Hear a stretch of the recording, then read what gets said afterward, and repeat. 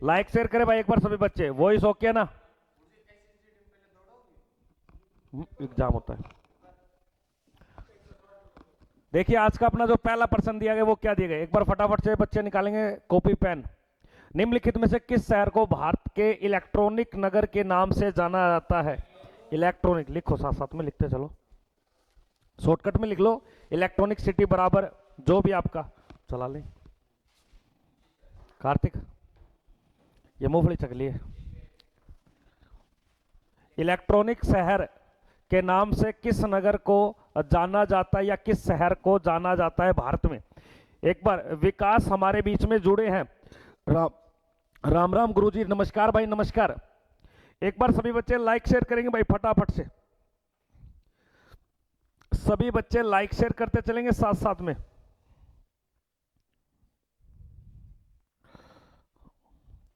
हाँ जय हिंद नमस्कार नमस्कार, वंदे मातरम। भरत शर्मा सी उत्तर बता रहे कि सर बेंगलोर इसका राइट उत्तर रहेगा। बिल्कुल, इलेक्ट्रॉनिक नगर के नाम से जिसे जाना जाता है उस शहर को हम भारत का तकनीकी शहर बोलते हैं, और इसे भी कहा जाता है भारत का राष्ट्रीय उद्यान। भारत का राष्ट्रीय उद्यान या बगीचों का शहर भी बोलते हैं, लेकिन बगीचों का शहर कपूरथला पंजाब को कहा जाता है। इस बेंगलोर के अंदर याद रखना, यहां पर एक आपके संगठन है जिसका नाम है इसरो। तो कई बार पूछा जाता है इसरो का हेडक्वार्टर कहां पड़ता है, तो बोलोगे बेंगलुरु। इसी कारण इसरो के कारण इसको बोलते अंतरिक्ष शहर, अंतरिक्ष शहर। अब कई बार प्रश्न आता है अंतरिक्ष शहर, तो आप क्या बताओगे? बेंगलुरु। इसरो का वर्तमान में अध्यक्ष कौन है जो 14 जनवरी से पद को ग्रहण कर लेंगे? याद रखना वी नारायण, वी नारायण ने। इस प्रकार याद रखना, इससे पहले जो था व्यक्ति वो याद रखना, इससे पूर्व आपके एस सोमनाथ। अब एस सोमनाथ आपके अध्यक्ष नहीं होंगे, आपके नए अध्यक्ष याद रखना कौन बन जाएगा? तो कई बार प्रश्न आ जाए भारतीय अंतरिक्ष शहर या संगठन का वर्तमान में अध्यक्ष कौन है, तो आप बोलोगे वी नारायणन। और इसरो की स्थापना किस वर्ष की गई थी? 15 अगस्त 1969 को। बेंगलुरु किसकी राजधानी है? अगर पेपर में आ जाए तो बेंगलुरु किसकी राजधानी क्षेत्र है? तो याद रखना कर्नाटक। और कई बार प्रश्न आता है इस कर्नाटक के अंदर एक साम्राज्य बनाया गया था, विजयनगर साम्राज्य। हरियर व बुक्का ने, किसने बनाया था? हरियर व बुक्का के द्वारा। लाइक शेयर सभी बच्चे करते चलेंगे भाई साहब, लाइक शेयर में कोई भी कमी नहीं रहनी चाहिए। अगले प्रश्न को देखेंगे सभी बच्चे क्या दिए। नेक्स्ट प्रश्न, एक एक दो दो बातें साथ साथ लिखते चलना। क्षेत्रफल के हिसाब से भारत का सबसे बड़ा राज्य कौन सा है? क्षेत्रफल के अकॉर्डिंग भारत का सबसे बड़ा राज्य, याद रखना आपको 3 राज्य पक्के पक्के याद रखना। राजस्थान के बाद में आपके मध्य प्रदेश, और मध्य प्रदेश के बाद में आपके महाराष्ट्र, महाराष्ट्र के बाद में आपके उत्तर प्रदेश, उत्तर प्रदेश के बाद में गुजरात, गुजरात के बाद में आंध्र प्रदेश। भारत के 3 बड़े नए राज्य, 3 बड़े राज्य, ये पेपर में कई बार पूछ लेगा। अगर पेपर में आ जाए कि क्षेत्रफल के हिसाब से बड़ा नहीं, आपको छोटा राज्य पूछे, तो छोटा में सबसे पहले बताओगे गोवा। क्षेत्रफल की दृष्टि से भारत का सबसे छोटा राज्य कौन सा है? गोवा।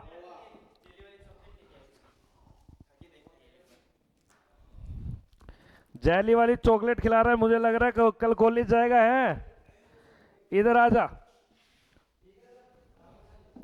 लिखते चले, एक्स्ट्रा बात भी लिख। क्षेत्रफल में 3 बड़े राज्य आ जाए तो रख लेगा याद? हाँ टोटल जा जा क्या मैं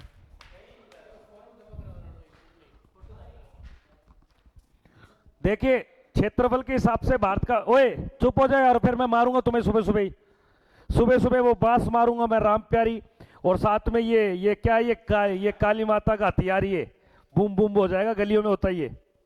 मैं कह रहा हूं पढ़ लो पर मानते नहीं हो मेरी एक भी। ओ उड़न छतरी गिलहरी इधर आजा। क्षेत्रफल की दृष्टि से भारत का सबसे बड़ा राज्य कौन सा है? राजस्थान।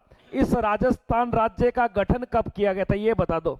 इस राजस्थान राज्य का गठन याद रखना 1 नवंबर 1956 को, संपूर्ण गठन। वैसे ये बना था आपके 30 मार्च 1949 को। तो कई बार पेपर में आता है राजस्थान दिवस कब आता है, तो याद रखना 30 मार्च को। लेकिन प्रश्न आ जाए राजस्थान स्थापना दिवस, स्थापना दिवस बिल्कुल राइट उत्तर 1 नवंबर। 2 नई बातें और आ गई। राजस्थान दिवस 30 मार्च, राजस्थान स्थापना दिवस 1 नवंबर को।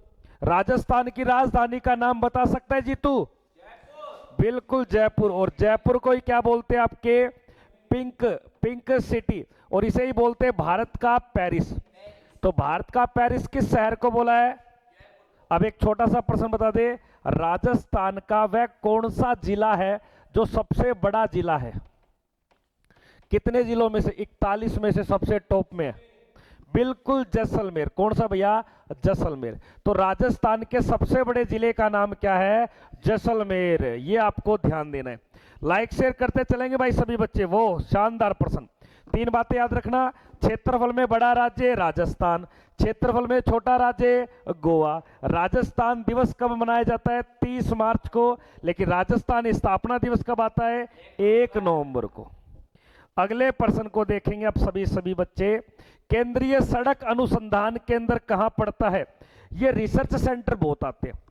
अब याद रखना, भारत के जो प्रमुख अनुसंधान केंद्र है ना, वो आपको बताता हूं। जैसे आपसे पूछ लेगा चावल अनुसंधान केंद्र का है, तो भारत का चावल अनुसंधान केंद्र। भारत का भवन अनुसंधान केंद्र कहां है? भारत का आलू अनुसंधान केंद्र का है। भारत का चमड़ा अनुसंधान केंद्र का है। भारत का कृषि अनुसंधान केंद्र का है। भारत का चीनी अनुसंधान केंद्र का है। भारत का दाल अनुसंधान केंद्र कहां पड़ता है? याद रखना, भारत में जो आपके चावल अनुसंधान केंद्र है वो आपके कटक में। और भारत में भवन अनुसंधान केंद्र याद रखना रुड़की। और भारत में आलू की बात करें तो शिमला याद रखना। और भारत में चमड़ा अनुसंधान केंद्र बोले तो चेन्नई।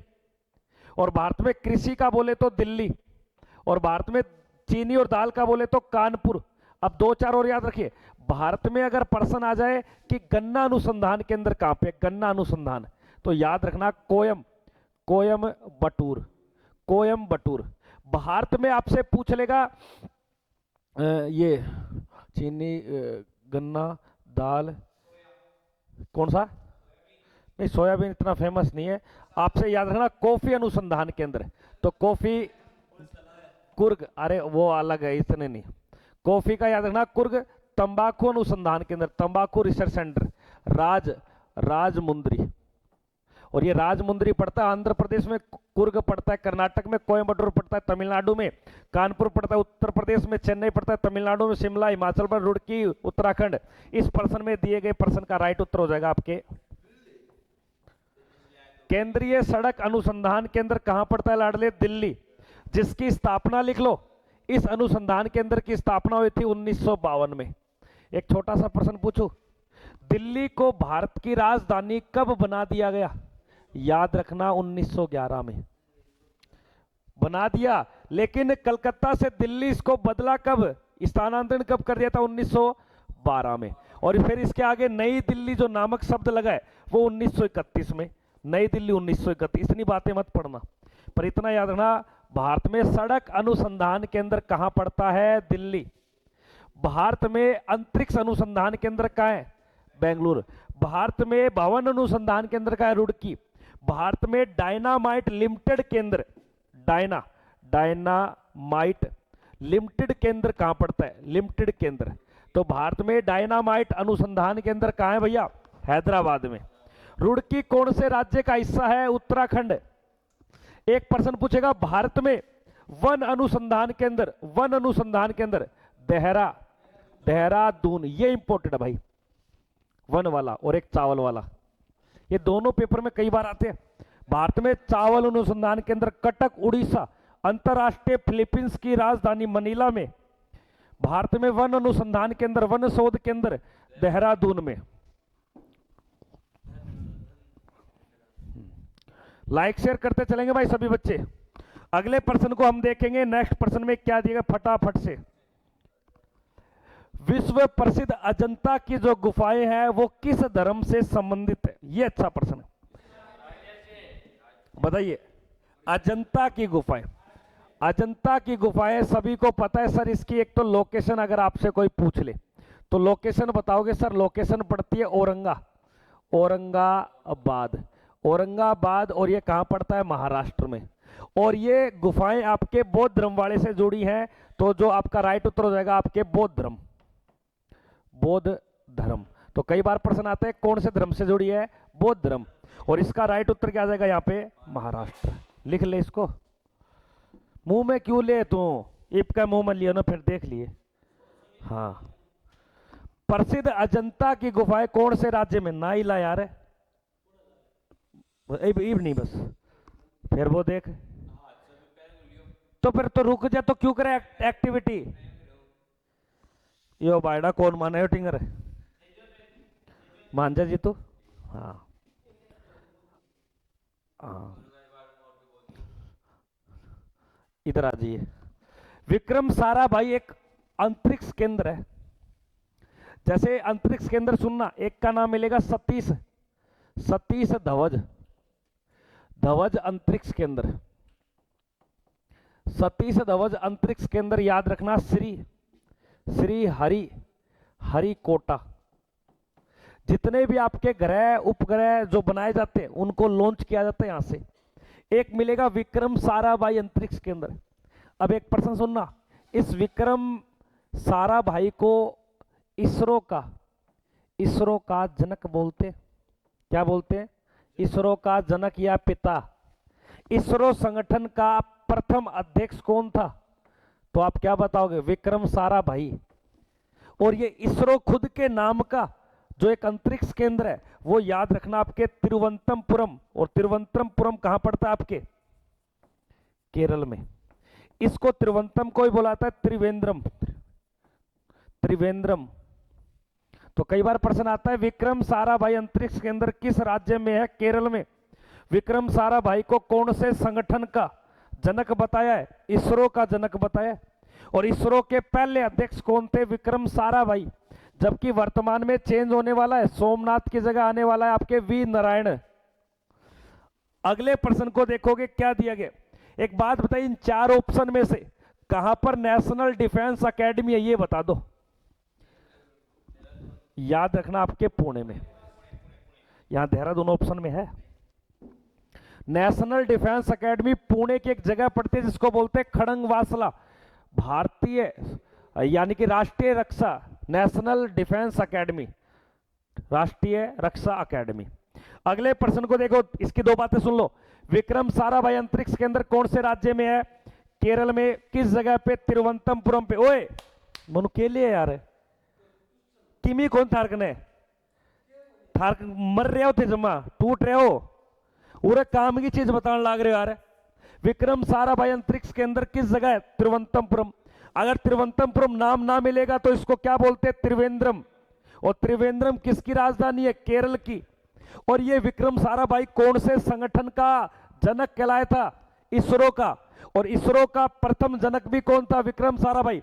लेकिन याद रखना इसरो तो पड़ता है कर्नाटक में, कई बार पेपर में आ जाए तो गलत मत करना। कभी सोचो सर विक्रम भाई इसका जनक था तो इसलिए इसरो भी पड़ता है सर केरल में। नहीं, इसरो केरल की राजधानी कर्नाटक के बेंगलुरु के अंदर है।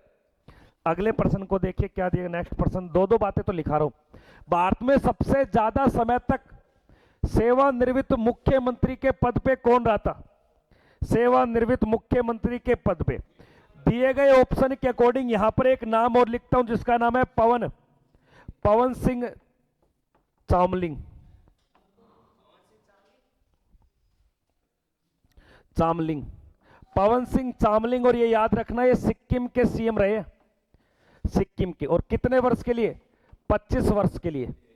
और याद रखना ये ज्योति बसु वेस्टर्न बंगाल के, पश्चिम बंगाल के सीएम रहे थे 20 वर्ष के लिए। तो दिए गए ऑप्शन के अकॉर्डिंग तो यहां पे आपका राइट उत्तर ही होता है, लेकिन ये ऑप्शन में ना हो तो आपको ये करना पड़ेगा। दो बातें और आगे नहीं, खड़े हो, मैं को खड़े हो, पिछले बैठ जाओ। हाँ और बैठ जाओ, पीछे आ जाओ, ये ना बैठ। मैं को मोने पढ़ ले और पढ़ा ले, ना पढ़ना तो ऊपर बाजिया। ये लिख ले उत्तर। भारत में सबसे अधिक सेवा तक मुख्यमंत्री के पद पर सेवा दी है तो पहले उत्तर होता था ज्योति बसु पश्चिम बंगाल के, लेकिन अब चेंज कर देना, रिकॉर्ड तोड़ दिया सिक्किम के एक व्यक्ति, एक सीएम ने, जिसका नाम है पवन सिंह चामलिंग या पवन सिंह चामलिंग बोलते इसको। चाम कोनी हो बटन चाम दिखे चमलिंग है क्यों हाँ चामलिंग है यो आदो मैं और लेगो ऊपर ही की मात्रा ही हो मी का ऊपर कोनी बनाओ तेरी चमली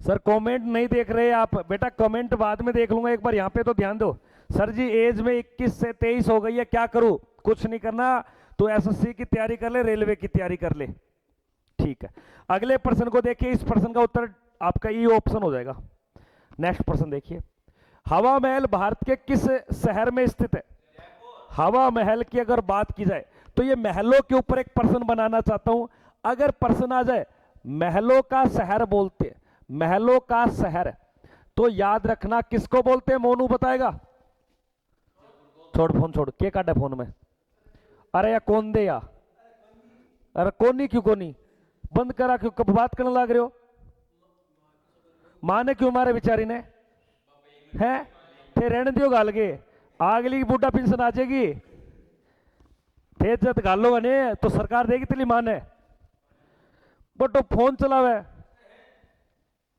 मागी सोकर ना खाए करो थे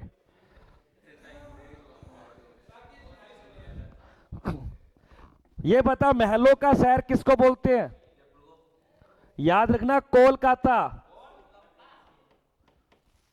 नवाबों का शहर नवाबों का शहर अगर कोई पूछे तो याद रखना वो आपके लखनऊ को बोलते हैं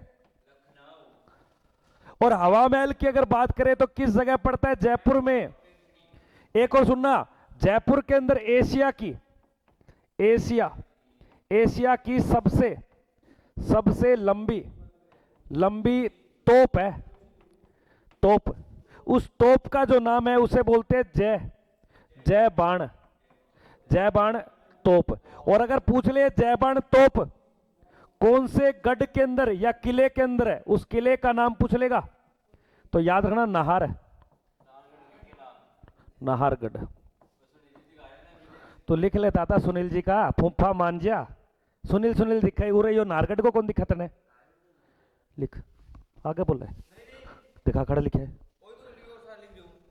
दिखा बागा एक्स्ट्रा बात बताओ मैं तेरे को लिखे बताऊ चुपचाप टीप ले न्यूरे सिर मुंह तेल काट दूं तेरे हाँ रेखा चौधरी कह रहे हैं जयपुर आएगा बिल्कुल ठीक है तो इस पर्सन के अकॉर्डिंग आपके जयपुर है और इस जयपुर को ही कहा जाता है आपके पिंक सिटी कई बार बता दिया अब एक छोटा सा प्रश्न जयपुर के अंदर एक जंतर मंतर का निर्माण किसने करवाया था बिल्कुल निर्माण आपके जय सिंह प्रथम के द्वारा और इस जय सिंह प्रथम ने ही दिल्ली के अंदर जंतर मंतर का भी निर्माण करवाया तो भारत की सबसे बड़ी वेद शोधशाला या जंतर मंतर दिल्ली बताना है जयपुर में भी है मथुरा में भी है वाराणसी में भी और उज्जैन में भी है तो जंतर मंतर पहले एक वेदशाला होती थी हाँ बिल्कुल ये भारत में कितनी जगह है 5 जगह एक छोटा सा प्रश्न और है अगर प्रश्न आ जाए कि सर जो जयपुर शहर है ना इसे भारत का क्या बोलते हैं पेरिस तो एक नया प्रश्न और लिख लो भारत का पेरिस तो याद रखना आपके जयपुर देखो हवा महल तो जयपुर में है लेकिन महलों का शहर किसको बोलेंगे महलों का शहर कोलकाता नवाबों का शहर है लखनऊ कोई दिक्कत है क्या जयपुर किसकी राजधानी है जीतू राजस्थान की बिल्कुल राइट उत्तर जय सिंह प्रथम बोलने की जरूरत ही नहीं है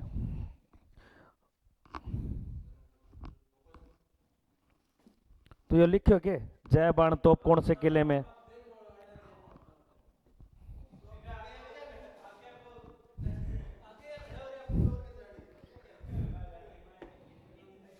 इपका जाने तो जय बाण तोप का आगे खड़े होकर मुंडो देके देखिए आगे भीतर के दिखे आगे देखिए भारतीय कैंसर अनुसंधान केंद्र का है यह अच्छा प्रश्न है कैंसर एक क्या है कैंसर एक रोग है बेटा ये आपको सभी को पता होगा इस रोग के इलाज के लिए कई बातें याद रखना एक तो गैस का नाम पूछ लेगा कौन सी गैस यूज में लेते हैं रेडोन अरे अमोनिया खटाखट जुट रहे यार क्यों माना है मारने लग रहे हैं अब क्या कर रहा है कौन है एक बार राम प्यार दिखा के आऊं बस एक बार। ना ना ना क्यों के मिलत ने इन्ने बैठे ने मैं को तू फिर टाबरा को मास्टर बना तू है उरे चप्पा चप लाग रही तेरी माँ पढ़ान लाग रही तने तेरा बाप तने पीसा दे रहा है खत्म होड़ा और तू हंस चुप अठे चुप हो जा ना ना क्या कर देगो ये सारी बात लिखेगो हाँ हाँ ये लिख ले सुनो मेरी बात कैंसर के रोगी का जब इलाज करोगे तो रेडोन गैस की आवश्यकता पड़ती है और प्लस में एक धातु याद रखना जिसको बोलते हैं कोबाल्ट कोबाल्ट 60 कोबाल्ट 60 नामक धातु का प्रयोग करते हैं और कैंसर रोगी याद रखना दोस्तों आपके गामा गामा किरणों का यूज किया जाता है गामा किरणों का प्रयोग किया जाता है और कैंसर के लिए एक प्रश्न याद रखना विश्व विश्व कैंसर कैंसर दिवस इसके रोकथाम के लिए दिवस कब मनाया जाता है कैंसर दिवस तो ध्यान देना आपके 4 फरवरी को अब किसी को कैंसर होगी तो डॉक्टर उसको फाड़ देगा ना आलूआ की ढाल तेरी चीर फाड़ कर देगा चीर फाड़ चीर और फाड़ मुंबई बिल्कुल ये तो सही है मुंबई एक छोटा सा प्रश्न बाल कैंसर दिवस अब ये बाल हेयर नहीं है ये कभी आप हेयर बाल समझ लो ये बाल ये जट कौन थार ली बाल चाइल्ड की बात करें बाल कैंसर दिवस आता है आपके 15 फरवरी को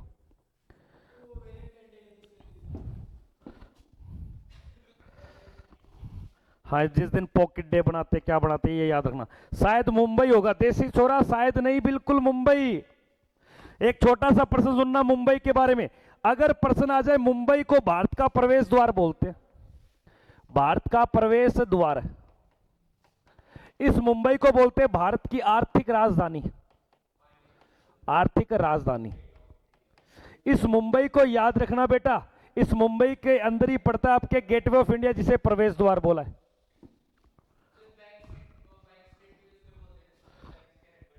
हाँ बैंक के मुख्यालय भी यहीं पड़ते हैं ये अंग्रेज नहीं मानेगा एक बार लाइक शेयर करेंगे सभी बच्चे हाँ कुछ कुछ भी हो इधर आइए राष्ट्रीय अभिलेखागार किस क्षेत्र में पड़ता है ये अभिलेखागार होता क्या मान लो कोई पुरातात्विक उत्खनन कार्य करे और कोई ऐसी चीज मिल जाए जो पुराने सामान के राष्ट्रीय अभिलेखा जो गार पड़ता है वो याद रखना आपके कलकत्ता में कहां पड़ता है बेटा कलकत्ता में 1891 में इसकी स्थापना की गई है एक छोटा सा प्रश्न है कलकत्ता किस नदी के किनारे तो याद रखना हुगली नदी के किनारे इस कलकत्ता में एक भवन या एक इमारत पड़ती है जिसको बोलते हैं विक्टोरिया विक्टोरिया विक्टोरिया मेमोरियल भवन तो कई बार प्रश्न आता है विक्टोरिया भवन कहां पड़ता है कलकत्ता के अंदर कलकत्ता भारत की राजधानी रही है कब तक रही है तो ध्यान देना आपके 31 मार्च 1912 तक फिर उसके बाद में कलकत्ता से राजधानी क्या बना दी दिल्ली तो 1 अप्रैल 1912 से भारत की राजधानी क्या बन चुकी है दिल्ली ये थोड़ा ध्यान देना कलकत्ता कौन से राज्य की राजधानी है पश्चिम बंगाल की कलकत्ता के शहर को ही बोलते हैं आपके नवाबों का शहर नहीं महलों का शहर तो कलकत्ता को क्या बोलते हैं महलों का शहर महलों का शहर सभी बच्चे लाइक शेयर करते चलेंगे भाई फटाफट से कमेंट करते चले साथ साथ में बच्चे भाई दोबारा से एक बार रिवीजन कराता हूं भारत का राष्ट्रीय अभिलेखागार कहां पड़ता है कलकत्ता के अंदर कलकत्ता किस नदी के किनारे हुगली नदी के किनारे है और कलकत्ता किसकी राजधानी है पश्चिम बंगाल की राजधानी है और कलकत्ता यानी कि पश्चिम बंगाल का वर्तमान में जो सीएम है कांग्रेस तृणमूल पार्टी का नाम है तृणमूल कांग्रेस और यहां के सीएम का नाम है ममता बनर्जी जिसे दीदी के नाम से पुकारते हैं अगले प्रश्न को देखेंगे सभी बच्चे क्या दिया नेक्स्ट प्रश्न भाई फटाफट से बुलंद दरवाजे का निर्माण किस शासक ने करवाया ये अच्छा प्रश्न है बुलंद दरवाजे का निर्माण कब होता है निर्माण तो याद रखना अकबर के द्वारा कौन सी क्लास अटक गई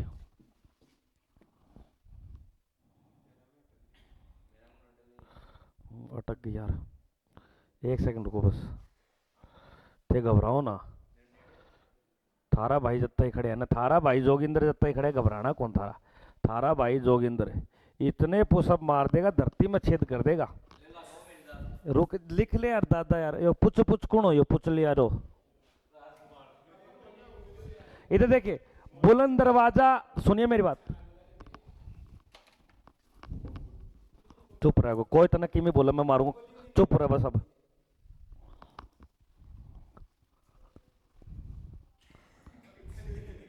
कौन हो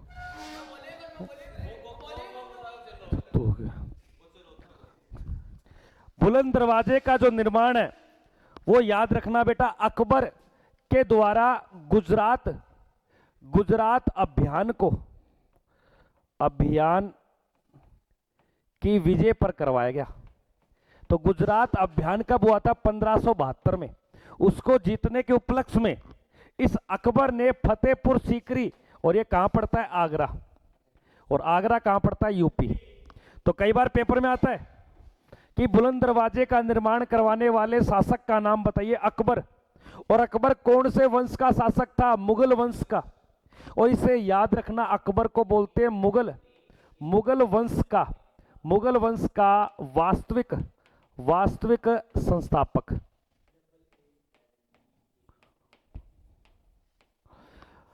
मुगल वंश का वास्तविक संस्थापक किसे कहा जाता है? तो याद रखना आपके अकबर को। लेकिन मुगल वंश का संस्थापक था बाबर।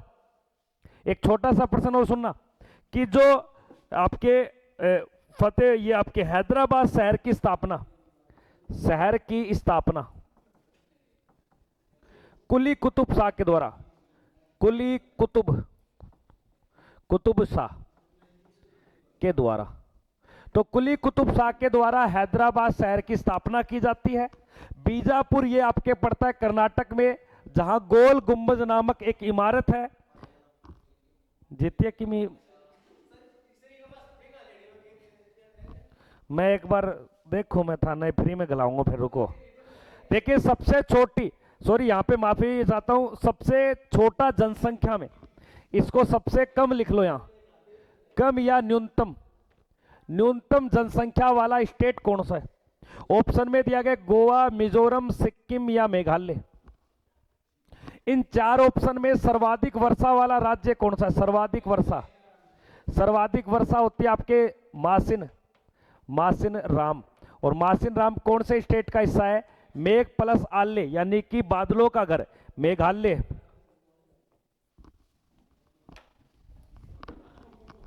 तो मैं पहली नाट्यों ने ना बोला मरण दे सारा ने, और तेरे मैं तेरा मारे हो के वो एक वो 2 और 3 किन्ना है, 4 सचिन भी है के, और रहने दे। हाँ रोटी कौन दूंगा आज, घर का फोन कर दूंगा। हाँ रोटी बंद करूंगा सारंगी। सुनिए मेरी बात, हाँ सबसे कम जनसंख्या वाला जो राज्य है वो याद रखना आपके सिक्किम है, जिसकी जनसंख्या 6,10,577, 6,10,577। और ये आंकड़ा कब का है? ये डाटा अगर पूछ ले आपसे डाटा, तो ध्यान देना 2011 की जनगणना का डाटा ये। और 2011 की जनगणना के अकॉर्डिंग सबसे ज्यादा जनसंख्या किसकी है? उत्तर प्रदेश की। ज्यादा जनसंख्या बोले तो यूपी बताओगे, कम जनसंख्या बोले तो सिक्किम को बताओगे। एक छोटा सा प्रश्न याद रखना, सिक्किम में एक जगह पड़ती है उसको बोलते हैं कंचनजंगा। और याद रखना कंचनजंगा को बुलाता है भारत की सर्वोच्च ऊंची चोटी। तो भारत की सबसे ऊंची चोटी का नाम क्या है? कंचनजंगा। वैसे ऑप्शन में अगर ये ना मिले तो आपको काराकोरम पर्वत श्रेणी लद्दाख के अंदर पीओके, K2, गोडविन ऑस्टिन भी नाम मिल सकता है। वैसे वो है, लेकिन उसके ऊपर पाकिस्तान ने कब्जा कर रखा, उस भूमि पे हम जा ही नहीं रहे, इसलिए हम कैसे मान ले उसको, इसलिए इसको मानते हैं कंचनजंगा को। अगले प्रश्न को देखेंगे सभी बच्चे, क्या दिएगा नेक्स्ट प्रश्न। राष्ट्रीय रक्षा अकादमी कहां पड़ती है लाडले?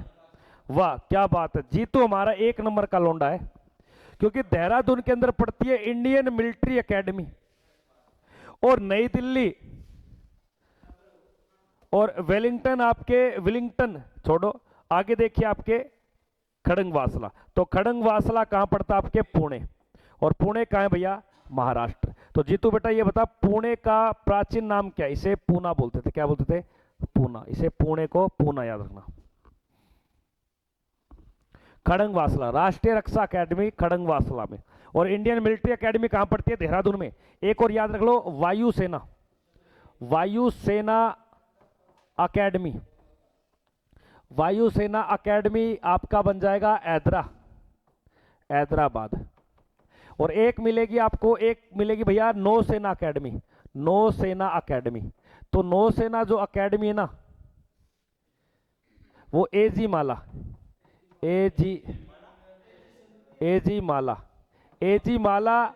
और ये पड़ता है आपके कोचिन। और कोचिन कहां पड़ता है? केरल में। और एक इंडियन मिलिट्री एकेडमी को ही बोलते हैं थल सेना, थल सेना अकेडमी। और थल सेना अकेडमी कौन सी जगह पड़ती है जीतू बेटा? देहरादून। लेकिन अगर प्रश्न आ जाए इन तीनों सेना का मुख्यालय पूछ लेगा, सेनाओं का मुख्यालय, हाँ बिल्कुल नहीं दिल्ली। मैं दूंगा, रुको था ना गाड़ी। तो ये कौन मानना? मोनिया खब्बी है के लिखा है कि खड़े है? खड़ा है, ये दिखाइए, कापी खोल, खड़ा लिखा दिखाइए। विश्व रक्तदान दिखाइए आगे। कलकत्ता अभिलेख के बाद तो घनी चीज बता दी। ये लिखे है, याद है ये बता वायुसेना का अध्यक्ष कौन है वर्तमान में? एयर मार्शल कौन है? बता, लिखा रखने वो देख, वो छोड़ देख, एपी सिंह। बस लिख ले तू भी। तू क्यों को लिखा है?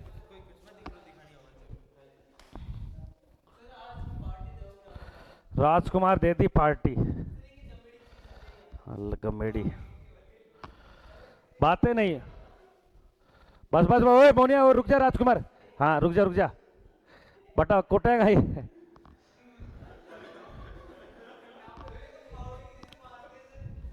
आज ये लिख लो सारी बातें। राष्ट्रीय रक्षा अकादमी कहां पड़ती है आपके? खड़गवासला, पुणे, महाराष्ट्र में। जबकि इंडियन मिलिट्री एकेडमी कहां पड़ती है? देहरादून के अंदर।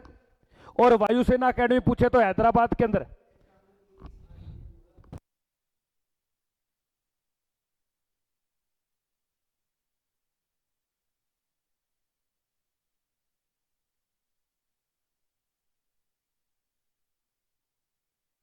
और फिर 5 थारी नीम की तड़ी बजाऊंगा। फिर ट्रेन रोकने खातर लाल कपड़े जरूरत कौन पड़े? थारो 500 जरूरत पड़ेगा। और ले जाऊंगा और जयपुर जैक्सन पे छोड़ दूंगा, चित कबरा सा कर करके। कौन मान रहा? मोनिया छोटनिया मान जा। हाँ, अगले प्रश्न को देखिए क्या दिया गया। केंद्रीय खनन अनुसंधान केंद्र कहां पड़ता है? देखो खनन का मतलब क्या है, पहले तो ये सुन लो। खनन का मतलब होता है खनिज को निकालना, खनिज शोध केंद्र, खनिज आपके शोध केंद्र। और धनबाद को ही कहा जाता है आपके भारत का खनन क्षेत्र।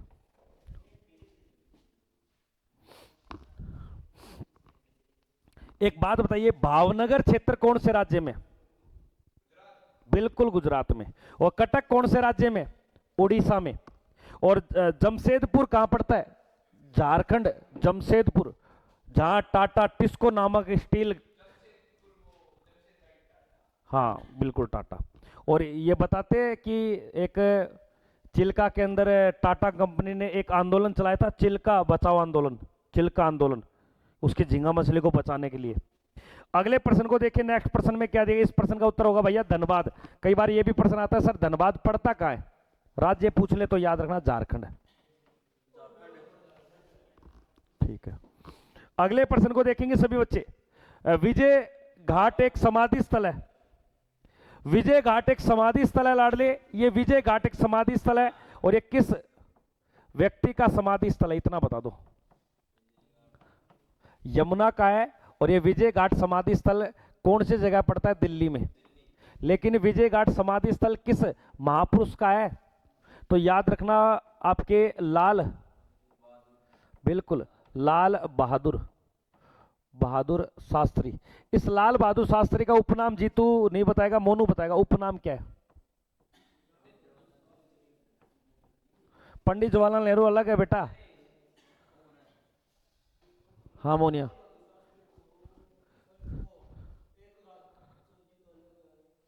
हो गयो रे। शांति पुरुष, पीस मैन। हाँ लाला लाजपत राय वो तो पंजाब केसरी है। ये लाल बहादुर शास्त्री का उपनाम क्या है आपके? शांति पुरुष। ये कितनी बढ़िया बात बताइए। विजय घाट किस नदी के किनारे? यमुना किनारे।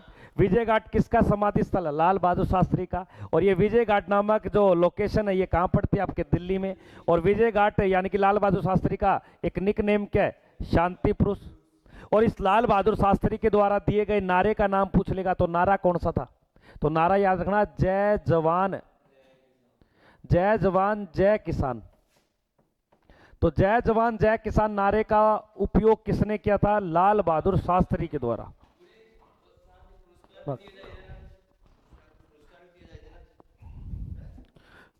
शांति पुरस्कार अलग चीज है। देखो एक कावेरी नदी है, ये आपके तमिलनाडु कर्नाटक में बहती है। और घाघरा एक नदी है, ये बिहार और आपके उत्तर प्रदेश। और गंगा भी एक नदी है। तो यहां पर राइट उत्तर करना आपके यमुना।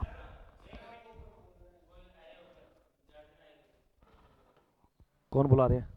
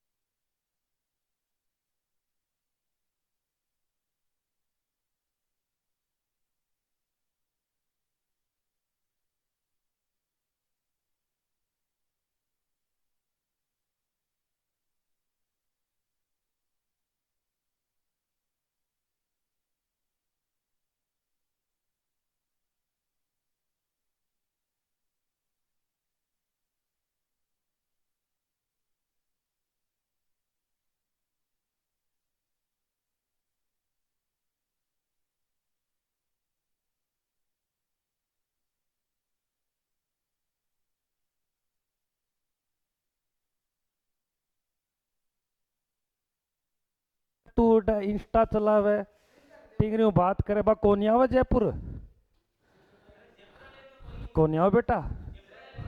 थार कने चाह पीने का पीसा कौन पाओ? खड़े ले जाओगा, खड़ ले जाओगा मैंने है कौन सो होयो दिखा दोगा भाई थे ना कौन सो दिखा दो थे ना कौन सो हवा महल दिखा दो थे कौन सो नारगढ़ के ऊपर लिख दोगा कि मोनू संग अंजलि के लिख दोगो प्रांजल है लिख दियो थे खत्म मैं को खत्म होते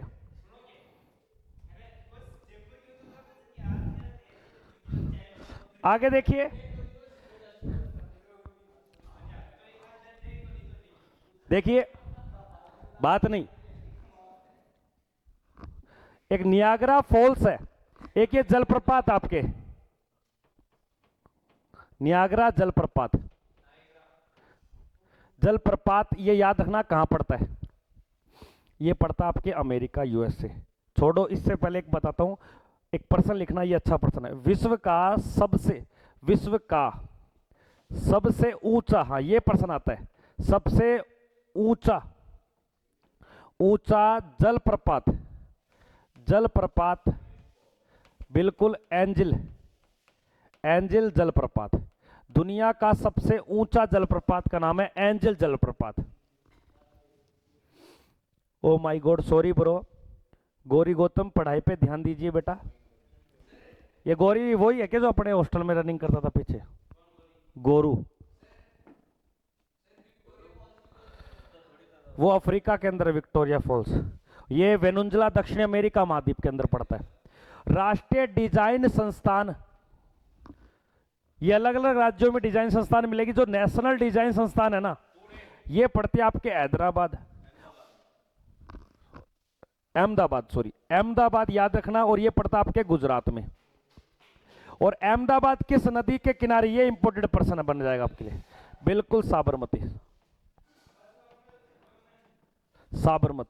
राष्ट्रीय डिजाइन आपके केंद्र कहां स्थित है अहमदाबाद और याद रखना लाडले जो आपके हैदराबाद है ना ये आपके तेलंगाना में पड़ता है तेलंगाना और देहरादून कहां है उत्तराखंड में पुणे कहां पड़ता है महाराष्ट्र में तो अलग अलग बात अलग अलग आपको ध्यान देना है कौन सी सिटी का जैसे एक छोटा सा सिटी पूछता हूं भारत का एक शहर है जिसका नाम है कटक और ये कटक कौन से राज्य का शहर है ये जिसने बता दिया मान जाऊंगा कटक भारत के किस शहर में पड़ता है एक छोटा सा प्रश्न और है सिडनी नामक एक शहर है ये सिडनी कौन से देश में पड़ता है ये तो लेटेस्ट रहा है क्योंकि भारत ने अभी अभी हाल फिलहाल में टेस्ट मैच आ रहा है ये जर्मनी में है क्या ये फ्रांस में है क्या सिडनी को नहीं जानता यार सिडनी याद रखना आपके ऑस्ट्रेलिया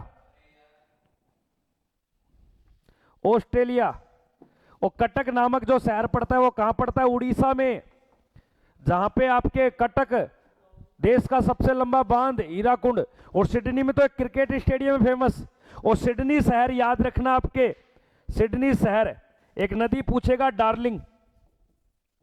डार्लिंग नदी के किनारे कौन सा शहर है सिडनी शहर तो भारत में डिजाइन संस्थान किस जगह पड़ती है आपके अहमदाबाद में ओए टिंगर के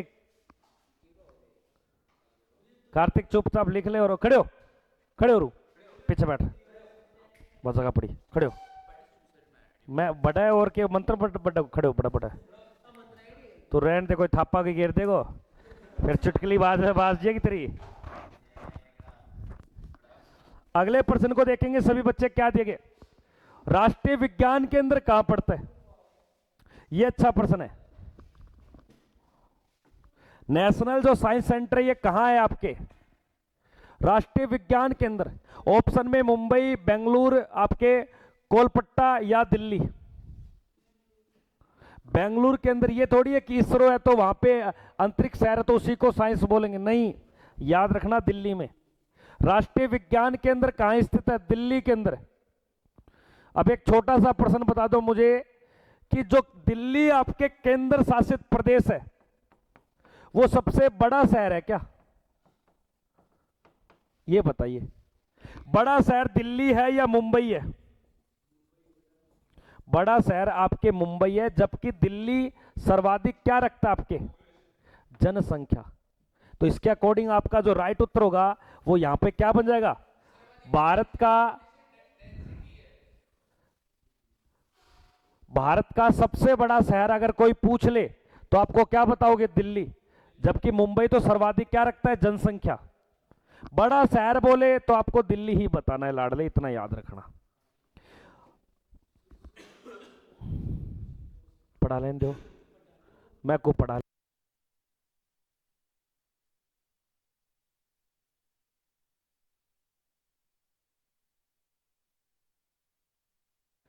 हाँ तो भी चुप रही है। अब आगे देखिए, संसद के दो सत्रों के बीच में, संसद के दो सत्रों के बीच में यहां सत्र। अब कोई वैसे संसद के अंदर 3 सत्र होते हैं, संसद में सत्र कितने होते हैं? 70, यानी कि जो अधिवेशन होंगी, बैठक होंगी, वो 3 सत्र होते हैं। कितने सत्र होते हैं? 3। एक को तो बोलते हैं बजट सत्र, एक को बोलते हैं मानसूनी सत्र, और एक को बोलते हैं शीतकालीन सत्र। और इन कोई भी 2 सत्र लगाना हो तो इसके बीच में कम से कम या ज्यादा से ज्यादा आप कितना माह का गैप कर सकते हो? 6 माह का। 2 बैठकों के बीच में कई कितने महीने का अंतराल होता है? तो याद रखना अवधि 6 माह का। तो एक बात बता जीतू, एक वर्ष में कितने माह होते हैं? एक वर्ष में कितने माह होते हैं? बिल्कुल। और एक माह में कितने दिन होते हैं? 30 ही बताना, कभी 31 मत बोलना। हाँ बस। अगले प्रश्न को देखिए क्या दिया। नेक्स्ट प्रश्न, ऋतु संगार। बहुत अच्छा प्रश्न है बेटा, सभी बच्चे लिखते चलेंगे। ऋतु संगार, कुमार संभव, रघुवंशम रचनाएं, और प्लस में याद रखना मेघदूत। ये सारी की सारी रचनाएं किसकी हैं? ये सभी रचना। अभिज्ञान शकुंतलम भी याद रखना, अभिज्ञान शकुंतलम, अभिज्ञान शकुंतलम। ये भारत का कालिदास है, भारत का शेक्सपियर। और याद रखना इसे बोलते कालिदास, महर्षि कालिदास के द्वारा ये पुस्तकें लिखी गई है, इसलिए इसे भारत का शेक्सपियर बोला गया, क्योंकि शेक्सपियर ने खूब सारी रचना लिखी है, तो उसकी तुलना भारत में कालिदास के द्वारा कर दी। ये अच्छी रचनाएं है। वेद व्यास, याद रखना महाभारत।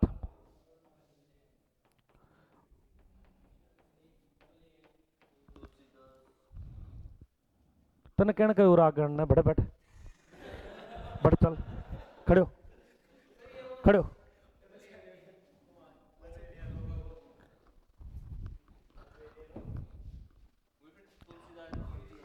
तुलसीदास की पुस्तक का नाम है रामचरित्र मानस। रविंद्रनाथ टैगोर ने लिखा था गीतांजलि। कापी दी एक बार तेरी जीतिया, दी एक बार कापी, तो दी एक बार। ऋतु संगार तो होगी, तो लिख ले बेटा। ये मैं तो लिखा है, क्यों कौन जीतिया तू? हाँ अरे बातें नहीं, गौरी मने कम मना क्या? अरे कोई मना नहीं कर रहा किसी को, आप पढ़ाई पे ध्यान दीजिए। अगले प्रश्न को देखिए। तो रुक जा गुरु जी का ताऊ। देखिए, महाबलीपुरम के रथ मंदिर का निर्माण किस व्यक्ति ने करवाया था?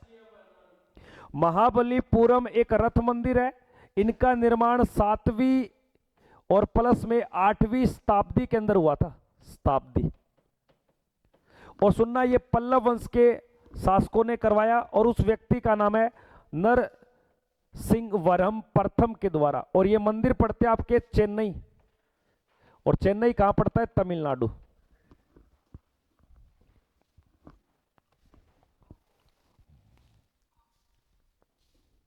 गुरुजी अब नहीं आना क्लास में, क्या बात हुई गोरी? आंसू क्यों टपका रहा है? हाँ कौन मानना भाई? लिखते चले। महाबलीपुरम के रथ मंदिर का निर्माण किस पल्लव शासकों ने करवाया था? तो आपके नरसिंहवरम प्रथम के द्वारा करवाया गया। और नरसिंहवरम प्रथम ये मंदिर कौन से राज्य में पड़ते? तमिलनाडु के अंदर पड़ते, इतना ध्यान देना। अगले प्रश्न का उत्तर बताएंगे सभी बच्चे। जिम कॉर्बेट राष्ट्रीय उद्यान भारत के कौन सी जगह पे पड़ता है? जिम कॉर्बेट राष्ट्रीय उद्यान भारत के कौन सी जगह पे पड़ता है? जिम कॉर्बेट राष्ट्रीय उद्यान, याद रखना हमारे देश का प्रथम नेशनल पार्क था ये, राष्ट्रीय उद्यान। तो हमारे देश का पहला राष्ट्रीय उद्यान का नाम क्या है? Jim Corbett. इस जिम कॉर्बेट के खूब सारे नाम रहे। पहले सबसे पहले इसको बोलते थे हैली नेशनल पार्क, लेकिन जिम कॉर्बेट नेशनल पार्क को वर्तमान में याद रखना, इसे रामगंगा नेशनल पार्क बोलते हैं। Ramganga national park. और इस नेशनल पार्क की स्थापना की गई थी 1936 में। जब इसे बनाया गया तब ये उत्तर प्रदेश में था, लेकिन हालांकि वर्तमान में पड़ता है ये उत्तराखंड। और उत्तराखंड में कहां पड़ता है? याद रखना, नैनीताल। तो नैनीताल नामक जिले के अंदर जिम कॉर्बेट नेशनल पार्क है, जिसके नाम को बदलकर कर दिया गया रामगंगा नेशनल पार्क। कृपया करके पढ़ाई पे ध्यान दोगे तो भविष्य बनेगा, अन्यथा भविष्य प्रशांत जैसा हाल हो जाएगा।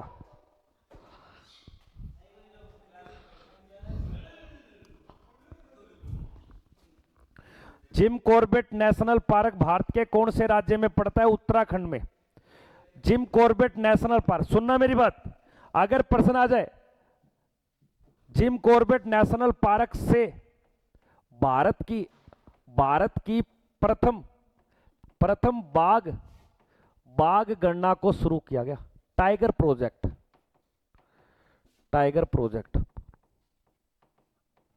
तो टाइगर प्रोजेक्ट की शुरुआत कौन से नेशनल पार्क से हुई थी लाडले? याद रखना, आपके जिम कॉर्बेट नेशनल पार्क। और Jim Corbett national park Uttarakhand. Bharat में सर्वाधिक तीसरे नंबर पे टाइगर कहां पाए जाते हैं? उत्तराखंड में।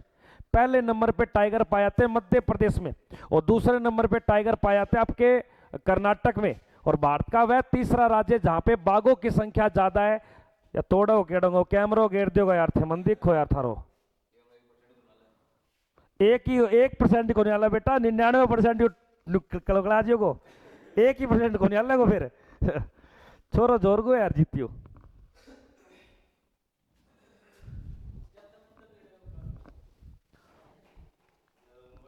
बहुत ज्यादा ही कौन बोल रहे हो बेटा? तू सही कह रहे हो छोरो, तो बीच में खड़ लाग रहे करना है। अगले प्रश्न को देखिए, खजुराहो के मंदिरों का निर्माण किस वंश के राजाओं के द्वारा करवाया गया? खजुराहो के मंदिर, अब ये कई बार प्रश्न आता है, खजुराहो के जो मंदिर है ये कहां पड़ते हैं? इनकी लोकेशन पूछ लेगा आपसे, तो ध्यान देना, इनकी लोकेशन पड़ती है छतरपुर। और छतरपुर कहां पड़ता है? मध्य प्रदेश में। और इन मंदिरों का निर्माण करवाया गया चंदेल राजाओं के द्वारा। तो यहां राइट उत्तर हो जाएगा आपके ऑप्शन संख्या बी। खजुराहो के मंदिरों का निर्माण किसके द्वारा करवाया गया? चंदेल के द्वारा। ये कॉपी चेक करूंगा मैं सबकी, एक तो दे रहा हूं, मैं देख रहा हूं, लिख ले दादा।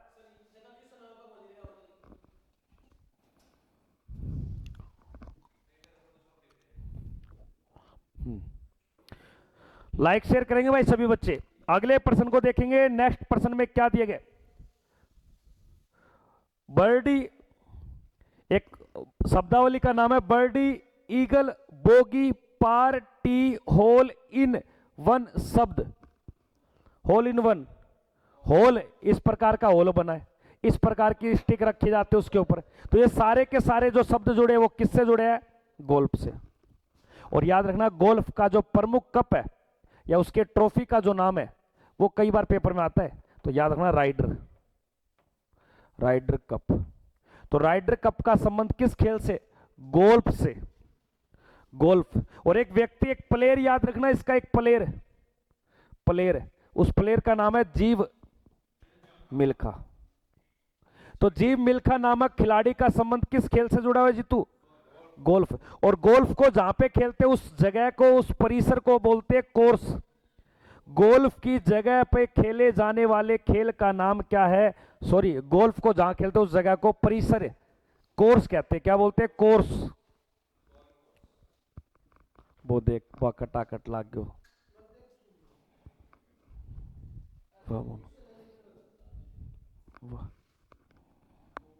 हाँ कार्तिक ठीक है। कापी तेरे ने एक और ही दौड़ी काली कापी नहीं, दौड़ी कापी लिया। काली की है, काली में मन भर जाए। हाँ, अगले प्रश्न को देखिए। नेक्स्ट प्रश्न में क्या दिया? घना पक्षी बिहार अभ्यारण्य भारत के कौन से राज्य में पड़ता है? घना पक्षी बिहार अभ्यारण्य भारत के कौन से राज्य में पड़ता है? उत्तर प्रदेश में, बिहार में, मध्य प्रदेश या राजस्थान में। घना पक्षी बिहार अभ्यारण्य। तो घना पक्षी जो अभ्यारण्य है ना, ये याद रखना आपके पड़ता है केवलादेव। और केवलादेव कहां पड़ता है भैया? भरतपुर। और इसका राइट उत्तर हो जाएगा राजस्थान। और मध्य प्रदेश का नेशनल पार्क का नाम याद रखना, कान्हा, कान्हा नेशनल पार्क। और मध्य प्रदेश में भारत के सर्वाधिक राष्ट्रीय उद्यान है, राष्ट्रीय उद्यान, उद्यान जिनकी संख्या टोटल 13 है। बिहार में जो राष्ट्रीय उद्यान है उसको बोलते हैं वाल्मीकि, वाल्मीकि नेशनल पार्क। और उत्तर प्रदेश के नेशनल पार्क का नाम है Dudhwa, Dudhwa national park, national park.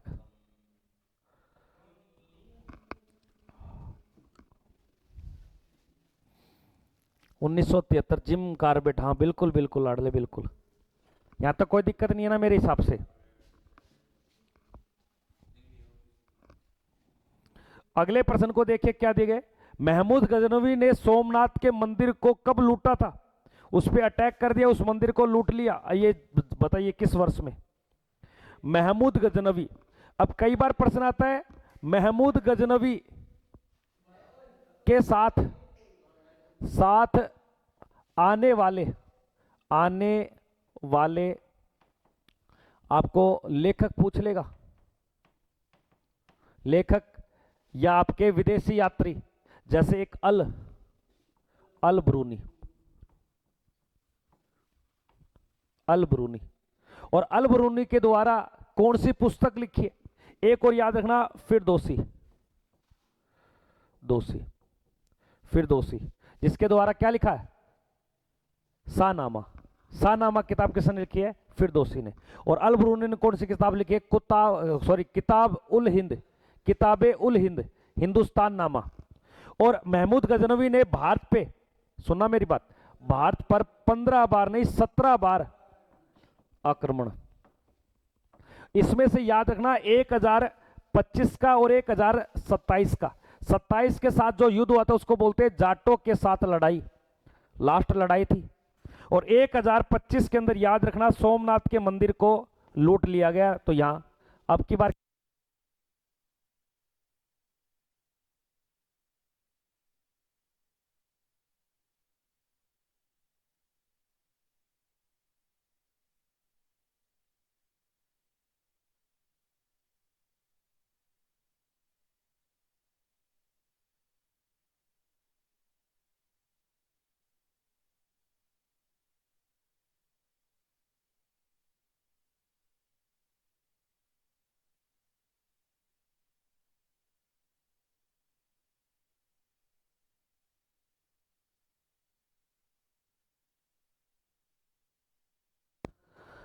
लिख ले, ओ जकोई लिख ले, खाजला।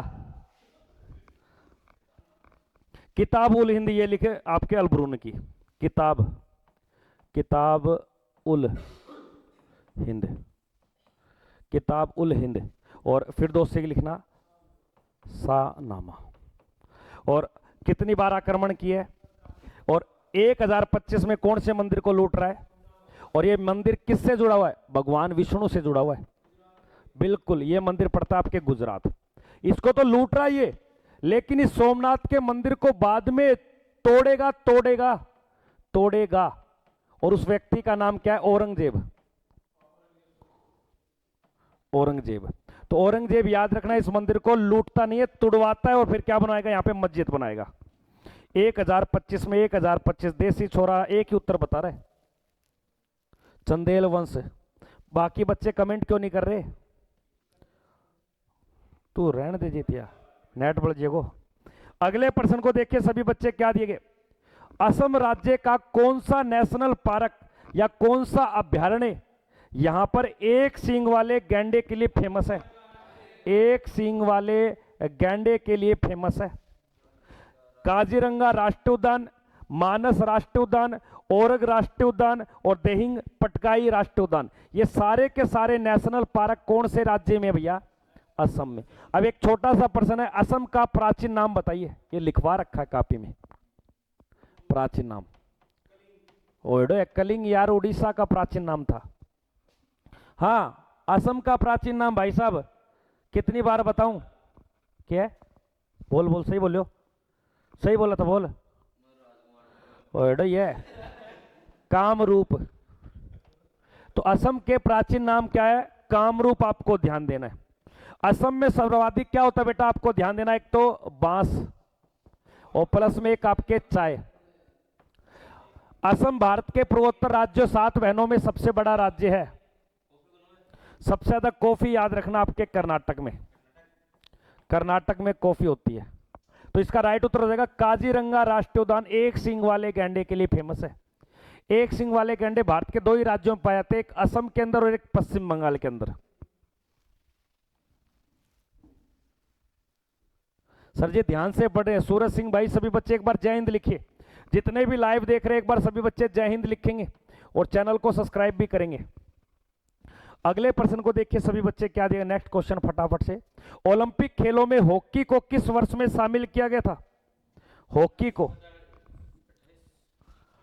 1, 8 और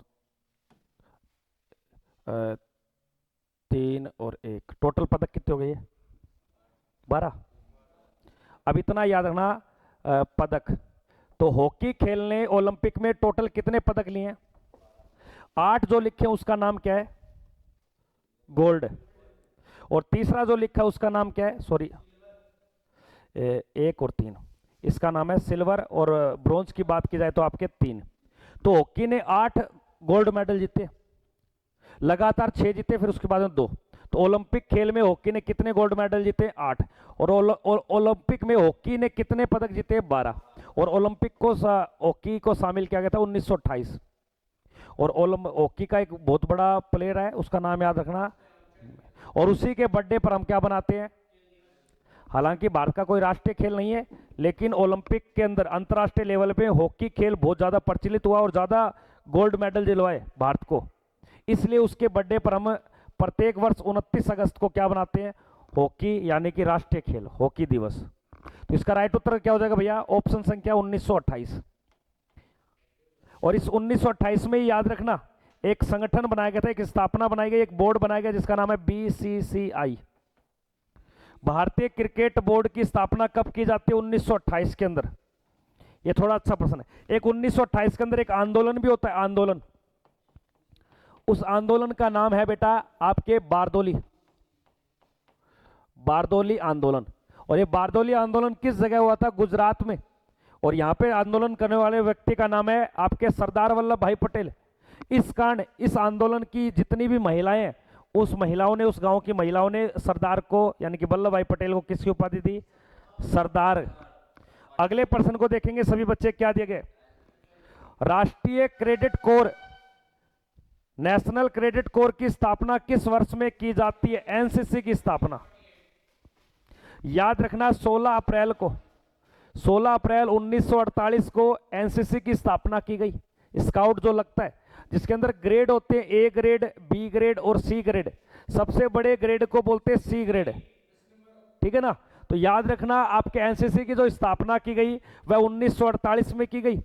और इस एनसीसी का जो ऑफिस है, हेडक्वार्टर है, वो याद रखना बिल्कुल नई दिल्ली के अंदर। 10 नंबर बड्डो बड्डो यो है, यो 5 को होगा, यो 3 नंबर को होगा, यो 10 नंबर को है।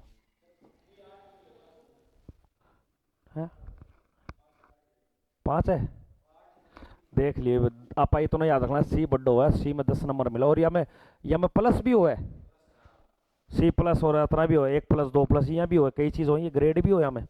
जय हिंद गुरुजी, नमस्कार नमस्कार नमस्कार। एक बार सभी बच्चे लाइक शेयर करते चलेंगे भाई सेशन को। अगले प्रश्न को देखेंगे सभी बच्चे क्या दिया गया। नेक्स्ट प्रश्न, भारतीय संविधान में कुल कितनी अनुसूचियां हैं? अनुसूचियों की संख्या पूछ लेगा हमारे संविधान में। 3 शब्द सुनना, अगर प्रश्न आ जाए अनुच्छेद कितने हैं और अनुसूचियां पूछेगा, अनुसूचियां, अनुसूचियां, तो याद रखना 12 है। तो इसका राइट उत्तर हो जाएगा ऑप्शन संख्या आपके ए उत्तर। एक छोटा सा प्रश्न, वह कौन सी अनुसूची है? कौन सी अनुसूची है? अनुसूची जिसमें भाषाएं दी गई हैं, यह याद रखना भाषाओं के लिए 8वीं अनुसूची। वह कौन सी अनुसूची है जिसके अंदर व्यक्तियों की शपथ का उल्लेख बोला गया, पदाधिकारी नेता लोगों की शपथ, याद रखना आपके तीसरी। वह कौन सी अनुसूची है जिसके अंदर पदाधिकारी को वेतन मिलता है, वेतन, ये आपके दूसरी। ये तीन अनुसूचियां याद रखना, कौन सी अनुसूची में वेतन मिलता है, कौन सी अनुसूची में शपथ है, और कौन सी अनुसूची में भाषाओं का उल्लेख है। ये तीन इंपॉर्टेंट है, बार बार आते हैं पेपर में। वाह लोंडे वाह, वाह लोंडे वाह, खलनायक खड़ा है, वाह लोंडे। दो दो फोन क्या रख रहा है।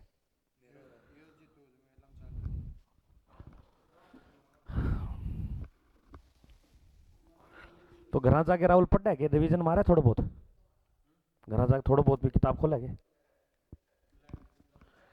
लाइब्रेरी कौन सी में, या बेसमेंट में है क्या, पुरानी सी खंडर सी है,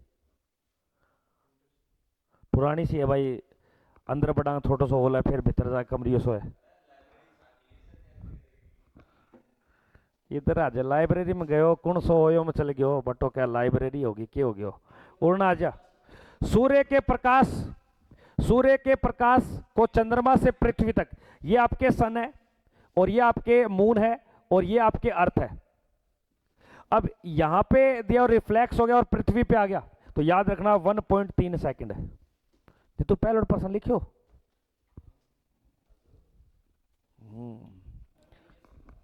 अब अगर प्रश्न आ जाए सूर्य का प्रकाश पृथ्वी तक, सूर्य का प्रकाश, तो याद रखना 8 मिनट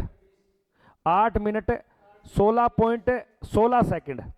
एक्चुअल में वास्तव में ये है, लेकिन इसको नियर अबाउट कर दिया आपके 500 सेकंड, इसलिए ये बन जाता है 8 मिनट 20 सेकंड। अब कई किताबें ये भी बताती है, लेकिन वास्तव में ये आपके राइट है। 8 मिनट 16 सेकंड अगर ना मिले तब 8 मिनट 20 सेकंड कर सकते हो, या 500 सेकंड कर सकते हो।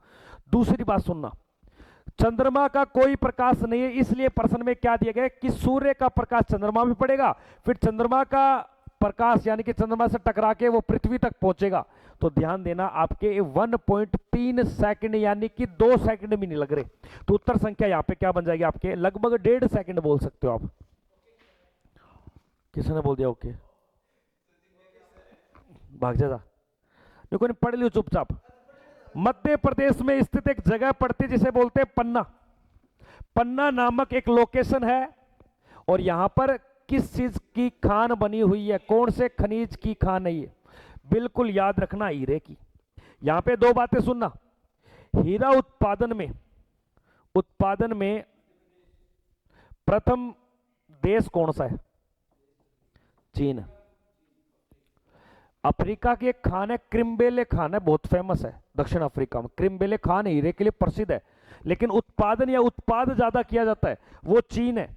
हीरा याद रखना दुनिया का सबसे कठोरतम पदार्थ है, या बोल सकते हो तत्व है, या बोल सकते हो आपके उप धातु। अगर प्रश्न आ जाए दुनिया का सबसे कठोर धातु पूछ ले, यहां पर दो कंफ्यूजन होती है। कई बुक टंगस्टन भी बताती है और कई बुक बताती है प्लेटिनम। तो याद रखना प्लेटिनम भी है, और ये कई 2023 में कई वैज्ञानिक बता रहे अब टंगस्टन हो चुकी है। इसको थोड़ा सा रिसर्च कर लेना, प्लेटिनम यहां पे ठीक रहेगा, प्लेटिनम। और दुनिया की सबसे तन्ने धातु का मतलब लंबा सा तार बना सकते हो खींच के। और दुनिया की सबसे हल्की धातु वो लिक्विड फॉर्म में आती है, लिथियम सुना है, लिथियम। और सबसे भारी धातु कौन सी है, सबसे भारी धातु बताइए।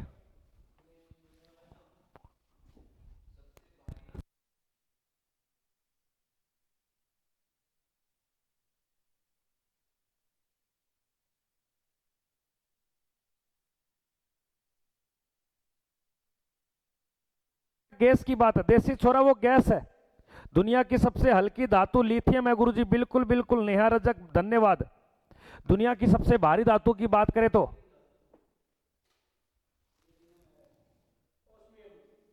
ओस्मियम, ओस्मियम, भारी धातु याद रखना ओस्मियम।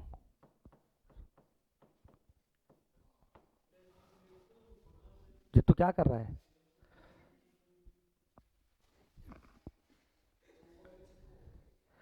गयो, गयो एलियन है यो।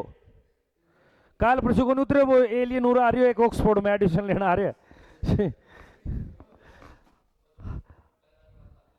आगे देखिए, जय जवान जय किसान और जय विज्ञान का नारा किस व्यक्ति के द्वारा दिया गया? ये अच्छा प्रश्न है। जय जवान जय किसान, इतनी बात पूछे तो बताना लाल, लाल बहादुर।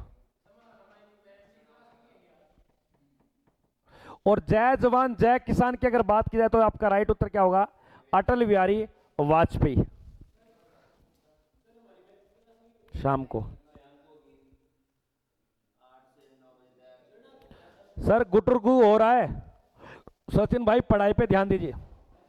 भजन शॉर्ट्स लाइक शेयर करते चलेंगे भाई सभी बच्चे।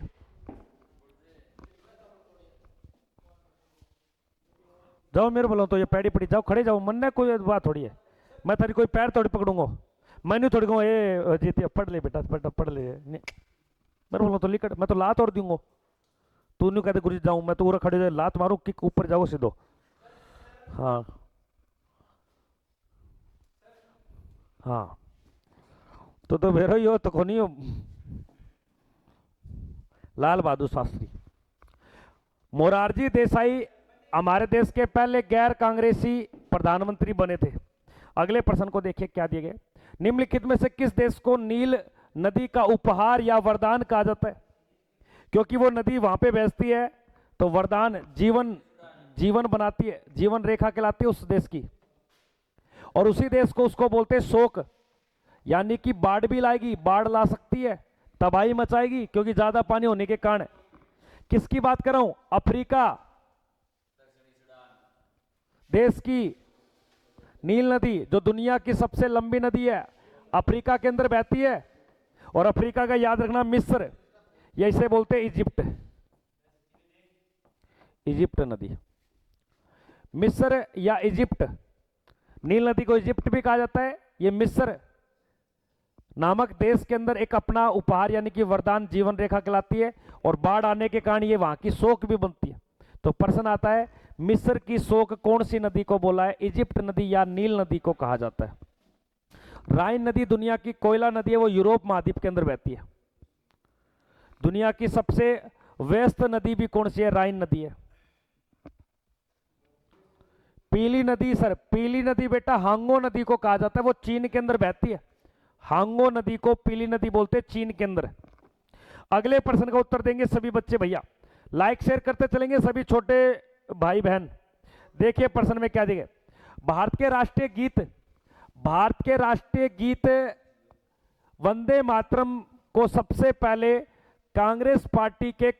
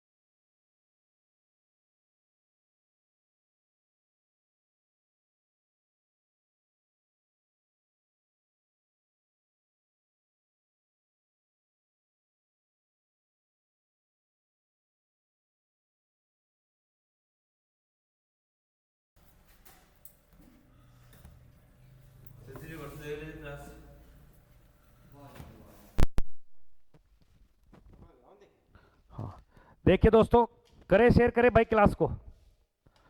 आवाज ओके ओके ओके, आवाज चली गई थी क्या? सर जी बोल दो कोई तो, आवाज नहीं आ रही है, नहीं सुन रहा सर जी। सर आवाज गई, आ जाएगी, वेट फ्यू मिनट सेकंड। ओ तेरी गई, कुछ सेकंड का इंतजार की। सचिन ने भी इंग्लिश आवा। देखिए 1896 अधिवेशन में पहली बार वंदे मातरम गीत को गाया गया था। इस वंदे मातरम गीत का जो लेखक है वो याद रखना, वकीम चंद्र चटर्जी। आपको ध्यान देना है। बेटा कौन बैठा है? वीआईपी आदमी है। यो बैठ जाओ तो दुनिया बैठ जा। ये नाम है जीतू जाट। हाँ, अगले प्रश्न को देखिए क्या दिए। निम्नलिखित शहर में, देखिए बहुत अच्छा प्रश्न है, निम्नलिखित में से किस शहर को 7 पहाड़ी बोलो या बोल सकते हो 7 पर्वतों का शहर या नगर कहा जाता है? बहुत ही शानदार प्रश्न है। अगर प्रश्न आ जाए कि 7 टापुओं का जो नगर है वो ध्यान देना, वह आपके मुंबई है, मुंबई। लेकिन यहां दे रखा आपके 7 पहाड़ी या नगरों का शहर, वो याद रखोगे रोम की राजधानी इटली। अब कई बार प्रश्न आता है, सॉरी, इटली की राजधानी क्या है? रोम। और रोम जो शहर है वो कौन सी नदी के किनारे है? The most Tiber.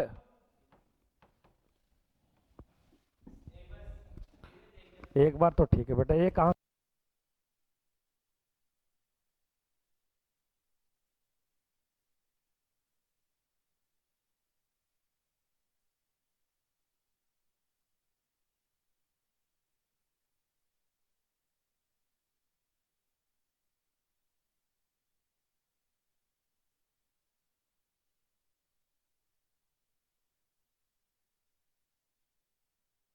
हाँ, टाइबर नदी। वेरी गुड वेरी गुड, वाह शाबाश बेटा शाबाश, लाजवाब। एक बार जो भी बच्चा चैनल पे नए बनते, सबसे हाथ जोड़ के विनती है, चैनल को सब्सक्राइब करेंगे लाडले, वीडियो को लाइक भी करेंगे और वीडियो को शेयर भी करेंगे। वाह जीतू, मान गए जीतू, तेरे को ख्याल से रख बेटा, कमी नहीं आ जानी चाहिए। वो दिख गया मन तो है।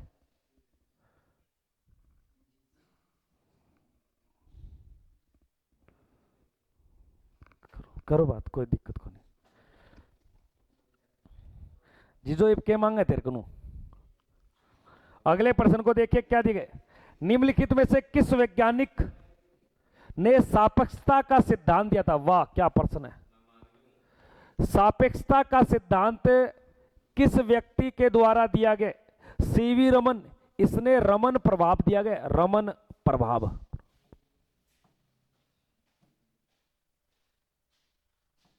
और थॉमस अल्फा एडिसन के द्वारा बिजली वाले बल्ब प्लस में ग्रामोफोन। और अल्बर्ट आइंस्टाइन के द्वारा, याद रखना, सापेक्षता के सिद्धांत। और जे थॉमसन के द्वारा इलेक्ट्रॉन। ये देख कितना बढ़िया प्रश्न है यार, लिखा कौन? लिखो।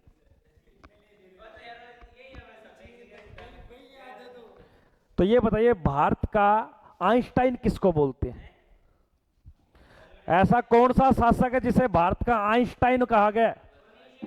सुनना मेरी बात, ये जो आइंस्टाइन नामक की तुलना भारत के कौन से शासक को बोली है? तो यहां नया प्रश्न आ गया, भारत का आइंस्टाइन किसे बोलते हैं?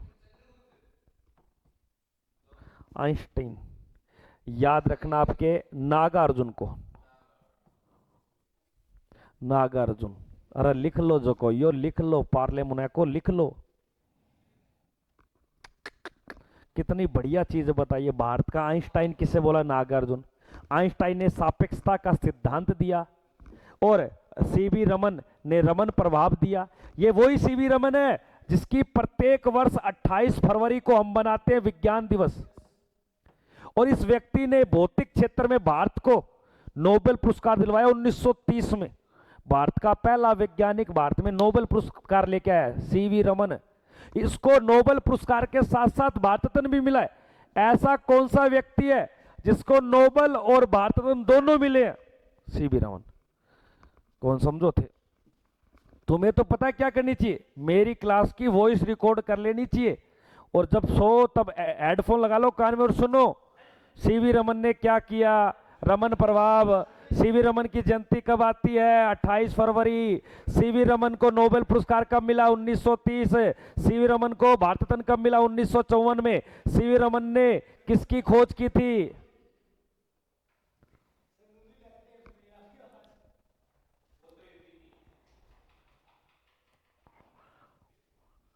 अगले प्रश्न को देखेंगे सभी बच्चे क्या दिए। नेक्स्ट प्रश्न देखिए, शक सम्मत को राष्ट्रीय पंचांग के रूप में कब अपनाया गया? जो शक सम्मत है ना, इसको राष्ट्रीय पंचांग के रूप में कब अपनाया गया? तो लिखा तो कौन? तो मैं पढ़ा रहा हूं, मैं लिख रहा हूं, तुम्हारा भी तो फर्ज बनता है लिखो। अरे चमन प्रास उरे पार्ले मुने को बैठे हुए। देखिए, शक सम्मत हमारे देश का एक राष्ट्रीय कैलेंडर है।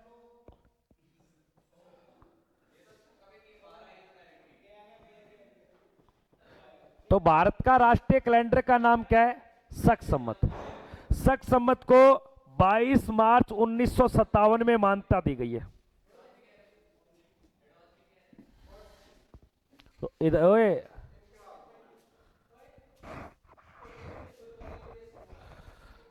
उरा आ जाओ, उरा आ जाओ, इधर आ जाए, इधर आ जाए, इधर आ जाए, इधर आ जाए। खत्म, टाटा बाय बाय। हाँ,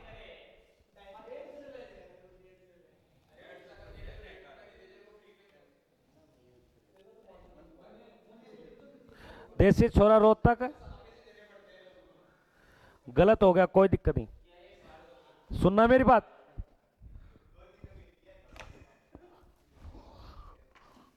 गए हो बस, सीधो बेटा।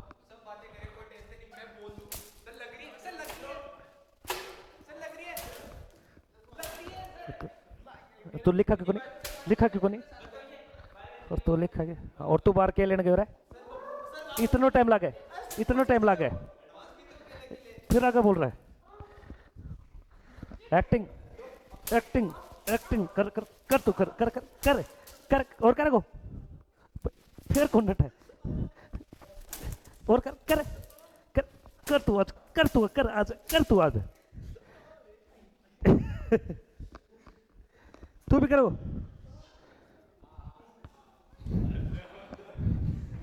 ना कुछ, ना कुछ, ना कुछ। राम प्यार खिंडली आगू, राम प्यारो कर दी कुटाई। वैसलीन है वो बेटा, वैसलीन कौन है? वो सरसों और तेल लगा के है, तो तेल में बजा दी राम प्यारी ने। शक सम्मत के संस्थापक का नाम, शक सम्मत के जनक का नाम पूछ लेगा तो याद रखना राजा कनिष्क। शक सम्मत की शुरुआत कब की गई? शुरुआत, शुरुआत 78 ईस्वी। शक सम्मत की जो शुरुआत की गई थी वो 78 ईस्वी में की थी, राजा कनिष्क ने। कुषाण वंश का शासक था। और शक सम्मत को भारत में एक राष्ट्रीय कैलेंडर का दर्जा मिलता है 22 मार्च 1957। कौन सा? वो 58 ईस्वी। कई किताब उसको 57 ही बोलती है। अगले प्रश्न को देखिए क्या दिया। नेक्स्ट प्रश्न, विश्व में सर्वाधिक शाखाओं वाला भारतीय बैंक कौन सा है?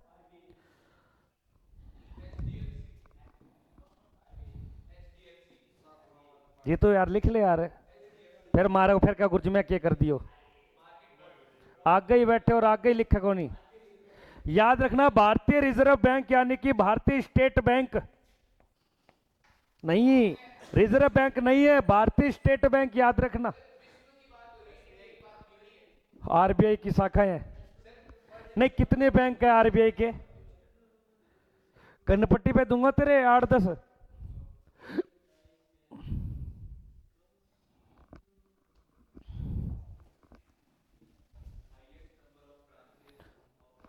हाँ, शाखाओं की बात कर रहा है। SBI Bikaner, Jaipur, Jodhpur, Bharatpur, Alwar, Bikaner state, state bank of Jaipur, state bank of Bikaner, ऐसे नहीं सुने आप अपने, याद रखना उत्तर संख्या यहां पर बी बनेगा।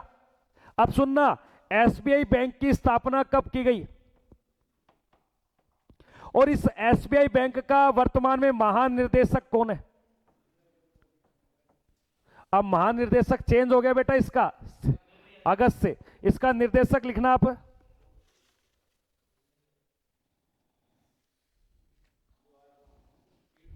लिखिए चल्ला श्री निवासुल सेठी, चल्ला श्री निवासुलु सेठी।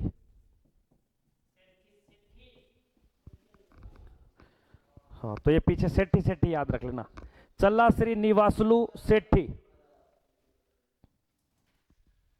लिख लो। ये एसबीआई का नया निर्देशक है। इससे पहले दिनेश कुमार खर्रा था, अब हट चुका है वो। और एसबीआई बैंक की स्थापना पूछे तो 1 जुलाई। हाँ, और एसबीआई बैंक का मुख्यालय बिल्कुल सही है, मुंबई।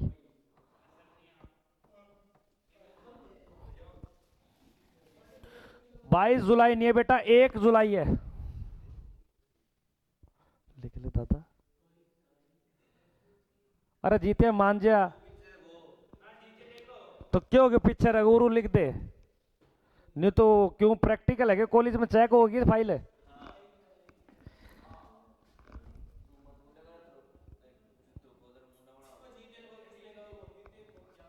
अगले प्रश्न को देखिए, किस देश का राष्ट्रीय चिन्ह कंगारू? ये तो सिंपल सा है, कंगारुओं का देश जिसे प्यासी भूमि बोलते हैं, हाँ, द्वीप महाद्वीप कहा जाता है। याद रखना, ऑस्ट्रेलिया के उपनाम प्यासी, प्यासी भूमि का देश। दूसरा आपके द्वीप महाद्वीप, और याद रखना छोटा, छोटा महाद्वीप, छोटा महाद्वीप।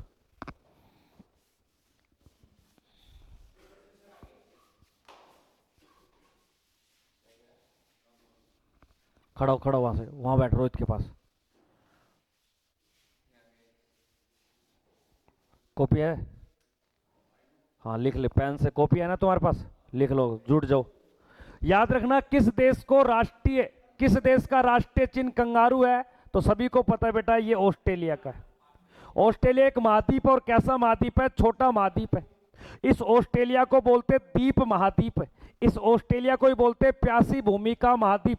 अब एक प्रश्न और याद रखना, दुनिया में सबसे ज्यादा ऊन का उत्पादक या उत्पादन करने वाला देश, याद रखना, दुनिया में सबसे ज्यादा बॉक्साइड, बॉक्साइड उत्पादन करने वाला देश। तो दुनिया में बॉक्साइड हो गया, ऊन हो गया, सबसे ज्यादा भेड़ का पालन भी कौन करता है? आपके ऑस्ट्रेलिया। कर लोगे? और याद रखना, एक ऑस्ट्रेलिया से ही आपके क्रिकेट का क्या हुआ है? जन्म। गलत है, क्रिकेट का जन्म दिया है आपके इंग्लैंड ने। लेकिन ऑस्ट्रेलिया का राष्ट्रीय खेल क्या है भैया? क्रिकेट है।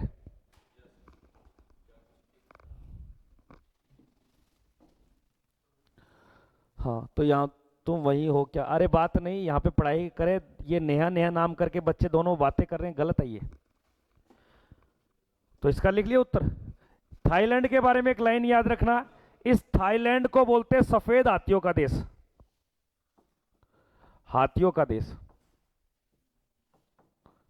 और इस थाईलैंड की जो राजधानी है ना, वो बताओ क्या है? बिल्कुल बैंकॉक।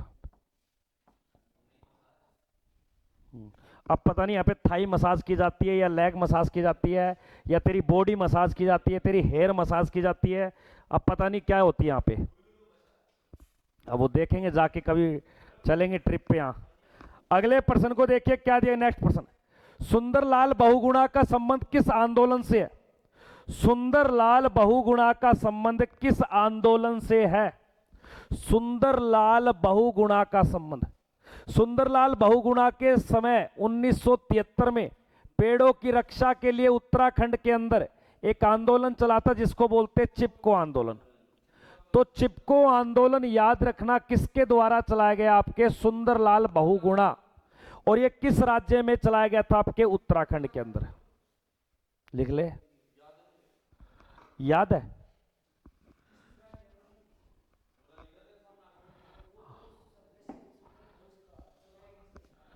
तो ये चला रखा, संबंध और चलाना एक ही तो बात है। अब तेरा नाम भाई राजकुमार की जगह हार्दिक पांड्या रख दे तो हम क्या करें? अगले प्रश्न को देखिए क्या रुक जा दादा। सन 1923 में एक स्वराज पार्टी की स्थापना की जाती है, वो किस व्यक्ति के द्वारा की गई?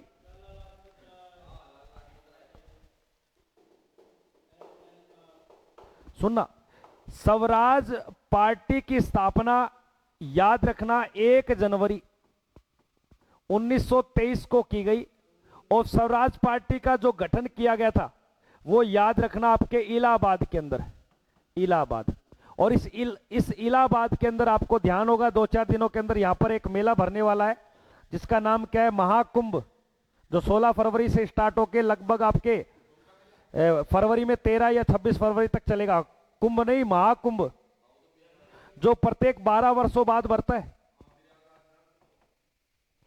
सुनना, मोतीलाल नेहरू, लाला लाजपत राय, मोतीलाल नेहरू और प्लस में चित्तरंजन दास के द्वारा इसकी स्थापना की गई। तो दिए गए ऑप्शन में डी उत्तर बिल्कुल राइट है। स्वराज पार्टी की स्थापना मोतीलाल व चित्तरंजन दास के द्वारा। हाँ, 12 वर्ष में लगता है बिल्कुल। महाकुंभ, कुंभ का मेला 4 वर्ष में। कुंभ व महाकुंभ भारत में 4 जगह भरते, एक प्रयागराज, हरिद्वार, नासिक और उज्जैन।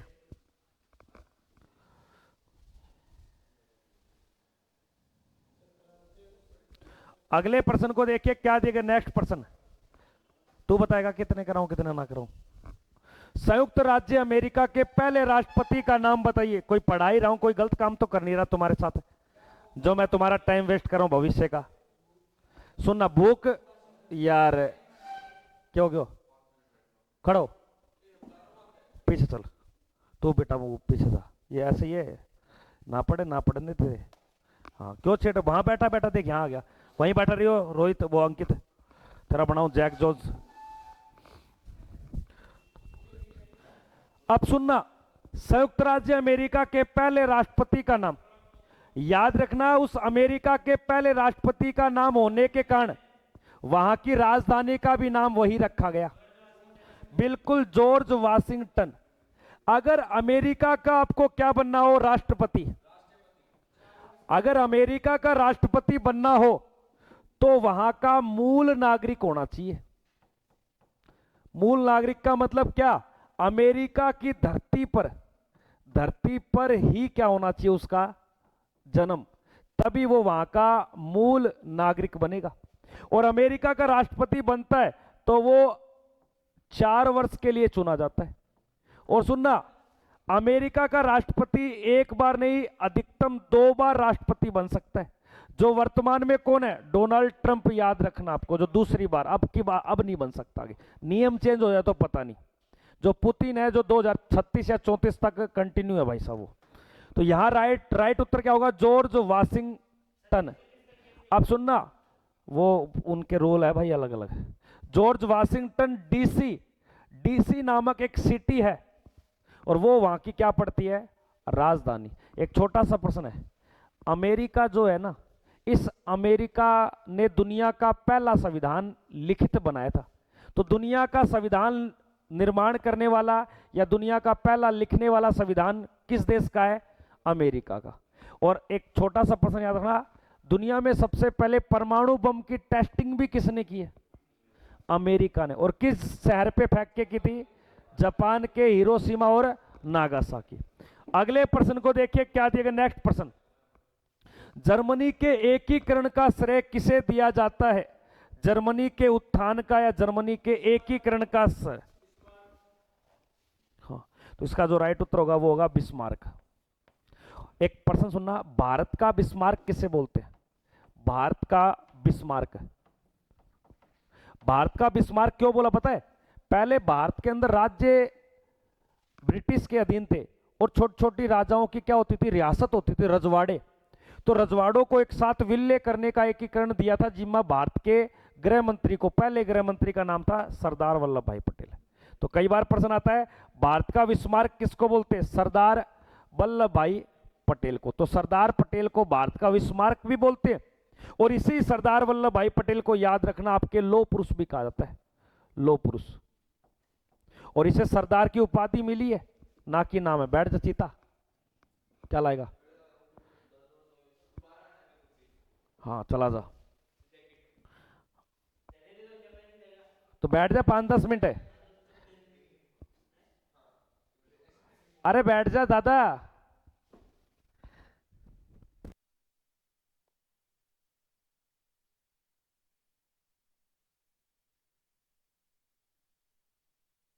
है अब चीता भाई रोल में आएगा।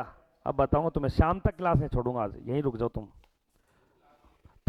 बात जा, ऊपर जा, रोटी खा ले, चून के गड़ लाग रहे बटो।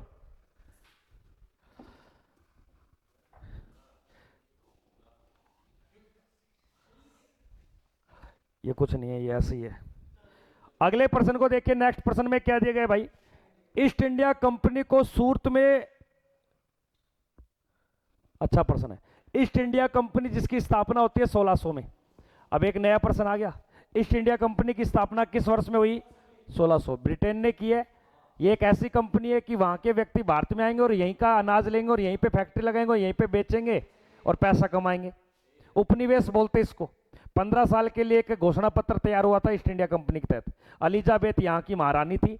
तो याद रखना, ईस्ट इंडिया कंपनी जब भारत में सूरत में अपनी पहला कारखाना लगाया, ये कारखाना लगाने से पहले इसने इजाजत ली है, परमिशन ली है। तो ये परमिशन किस मुगल बादशाह ने दी थी कि हाँ लगा सकते हो आप? तो 1613 के अंदर ये फैक्ट्री लगती है। लेकिन जब ईस्ट इंडिया कंपनी बनी थी तब मुगल बादशाह अकबर था और अकबर के बेटे ने इसको मंजूरी दी। अब बता, अकबर का बेटा कौन था? बिल्कुल जहांगीर। नींद आवाज जीती है, टाइम सिर तो सोया को नहीं, जहांगीर है। इनके फोन तो यहीं अभी जमा कर लेने चाहिए, यहीं से सो जाए। तू तो सो रहा था बेटा, तू तो मस्ती मार, ना क्लास में आना ना कुछ करना। पापा सही है, बैंक में क्या लग रहा है? मैनेजर है क्या? कैशियर है क्या? एक गड्डी में से एक नोट ऐसे करके फुर। एक बात तो है यार, बैंक के अंदर जो कैशियर होता है ना, अगर शाम तक उनका रिकॉर्ड सेट नहीं बैठता ना कि 10 लाख रुपए जमा हुए थे और 12 लाख रुपए हमने बैंक से दिए, टोटल कितने हो गए? 22 लाख। अगर 22 लाख से कम हो गए आपके पैसे तो भाई कैशियर को भरना पड़ेगा, ये रूल है। खो नहीं गए थे, मार दी फाटकी।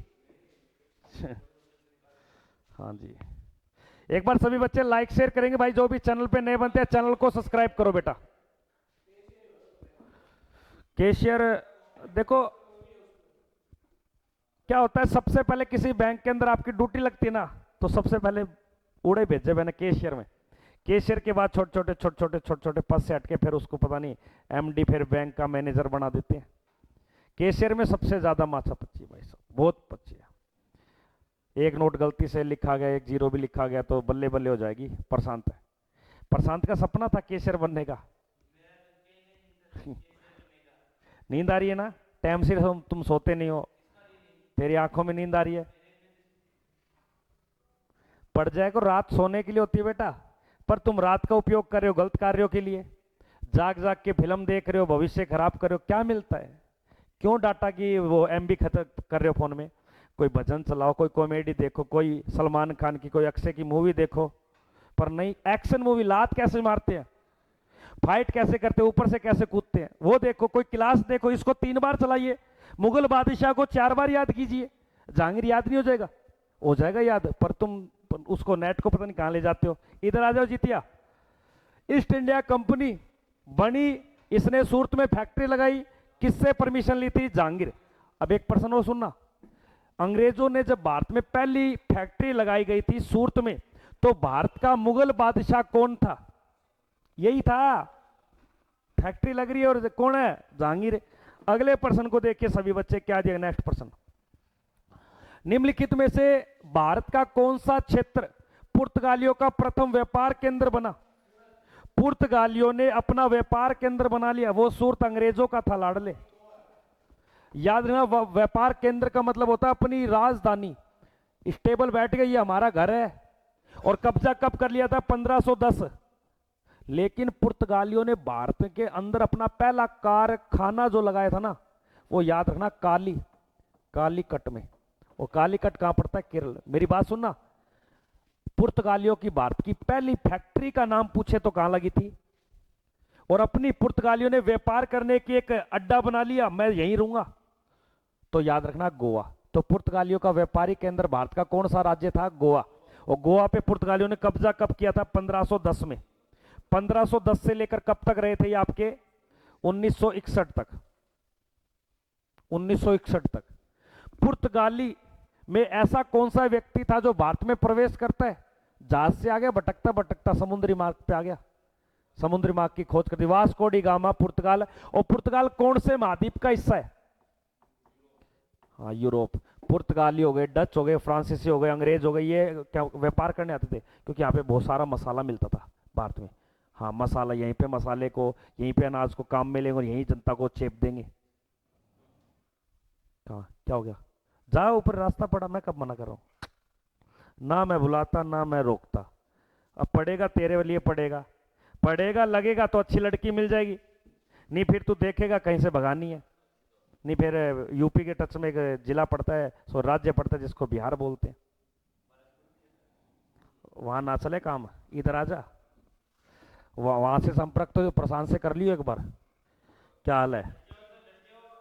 इधर देखिए, चीन टपाक डमडम नहीं है ये। 2011 की जनगणना के अनुसार अरुणाचल प्रदेश भारत का सबसे कम जनसंख्या घनत्व है। अब ये समझ में नहीं आता सर, जनसंख्या घनत्व होता क्या है? जनसंख्या घनत्व, घनत्व का मतलब होता है डेंसिटी, भीड़। जनसंख्या का मतलब लोग। अब ये कोई एरिया है, इस एरिया के अंदर 500 लोग है, कितने लोग हैं? और इस एरिया का जो, ये तो लोग है, पीपल है, लेकिन इस एरिया का जो वर्ग किलोमीटर है वो 50 वर्ग किलोमीटर में भूमि है। सुनना मेरी बात। अब ये एक एरिया है, ये दूसरा एरिया है, इसका एरिया, इस एरिया में रहते 2000 लोग, कितने लोग रहते हैं? और इसका भी एरिया कितना है? 50 वर्ग किलोमीटर। इस एरिया को तो बोलते ए और इसको बोलते बी। अब दिए गए ऑप्शन में से कौन से क्षेत्र का डेंसिटी ज्यादा होगा? जहां लोग ज्यादा है तो भीड़ तो मिलेगी, और इतनी भीड़ मिलेगी कि वहां के 1 वर्ग किलोमीटर में कितने, 0 से 0 काटूंगा, फिर 5 से इसको काटूंगा, यानी कि ये 20 है, इसका कितना बन जाएगा? 5 चौक यानी कि कितने, 40 या 400? 2000 व्यक्ति अब 1 वर्ग किलोमीटर में निकालना, तो टोटल एरिया 0 से 0 कट गई, 5 चौक 20 यानी कि 40।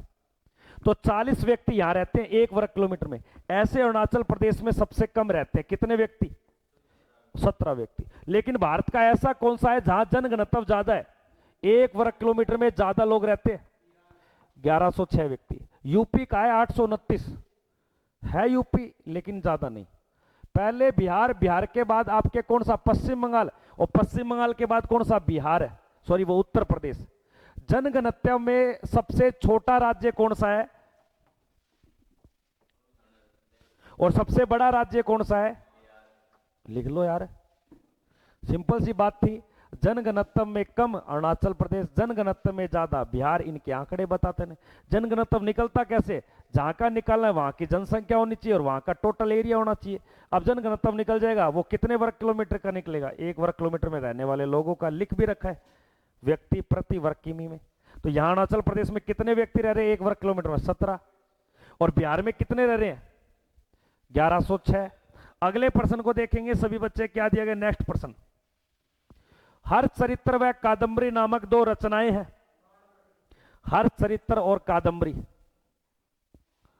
हर्षवर्धन के समय एक कवि था जिसका नाम है बाणभट्ट। तो बाणभट्ट के द्वारा यह लिखी गई। अब कई बार प्रश्न आता है बाणभट्ट किसके दरबार में था? दरबार बताइए। हाँ जीतू बताएगा। हर्षवर्धन किसके दरबार में कवि रहा है? बिल्कुल जीतू का उत्तर सही है, मैक्सनीज। मैक्सनीज खुद एक कवि और एक राजदूत था। वो तो चंद्रगुप्त मौर्य के साथ रहता था। अभी बोला है वो मेरा ताऊ मेरा फूफा, तने के बनाऊं बता दे। तने मेरी जानूड़ी बना लियो, तने राधिका बना लियो, बटो सार दिन राधिका राधिका उन्हें ध्यान दे ले। पेपर में राधिका को नहीं आवे, हर्षवर्धन आओगो। तभी तो किताब का नाम रखा है हरचरित्र। किसके ऊपर है ये? तो कौन मानना तू भाई जी, तू के मिला तने तो लिख ले बेटा। ए तू पढ़ा क्यों को नहीं बता मैंने। कादंबरी और हरचरित्र कहेंगे लिखेड़ी है बाण भट्ट की। 10 बार बोलेगो तो याद हो जाएगो। बाण भट्ट कौन हो? हर्षवर्धन के दरबार में रहने तो कवि। कौन सी किताब लिखी है? अब कई बार आ जाए सर हर्षवर्धन ने भी कोई किताब लिखी है, बिल्कुल याद रखना, रत्ना रत्नावली। और प्लस में याद रखना एक प्रिय प्रियदर्शिका। तो प्रियदर्शिका और रत्नावली रचना किसकी है? हर्षवर्धन। और इसी हर्षवर्धन के समय एक चीन का व्यक्ति भारत में आया था जिसको चीनी यात्री दूसरा बोलते, याद रखना अवेन सांग। कौन आया था? अवेन सांग। और बिहार में चला गया नालंदा के अंदर, और नालंदा में एक कॉलेज है जिसका नाम है नालंदा विश्वविद्यालय।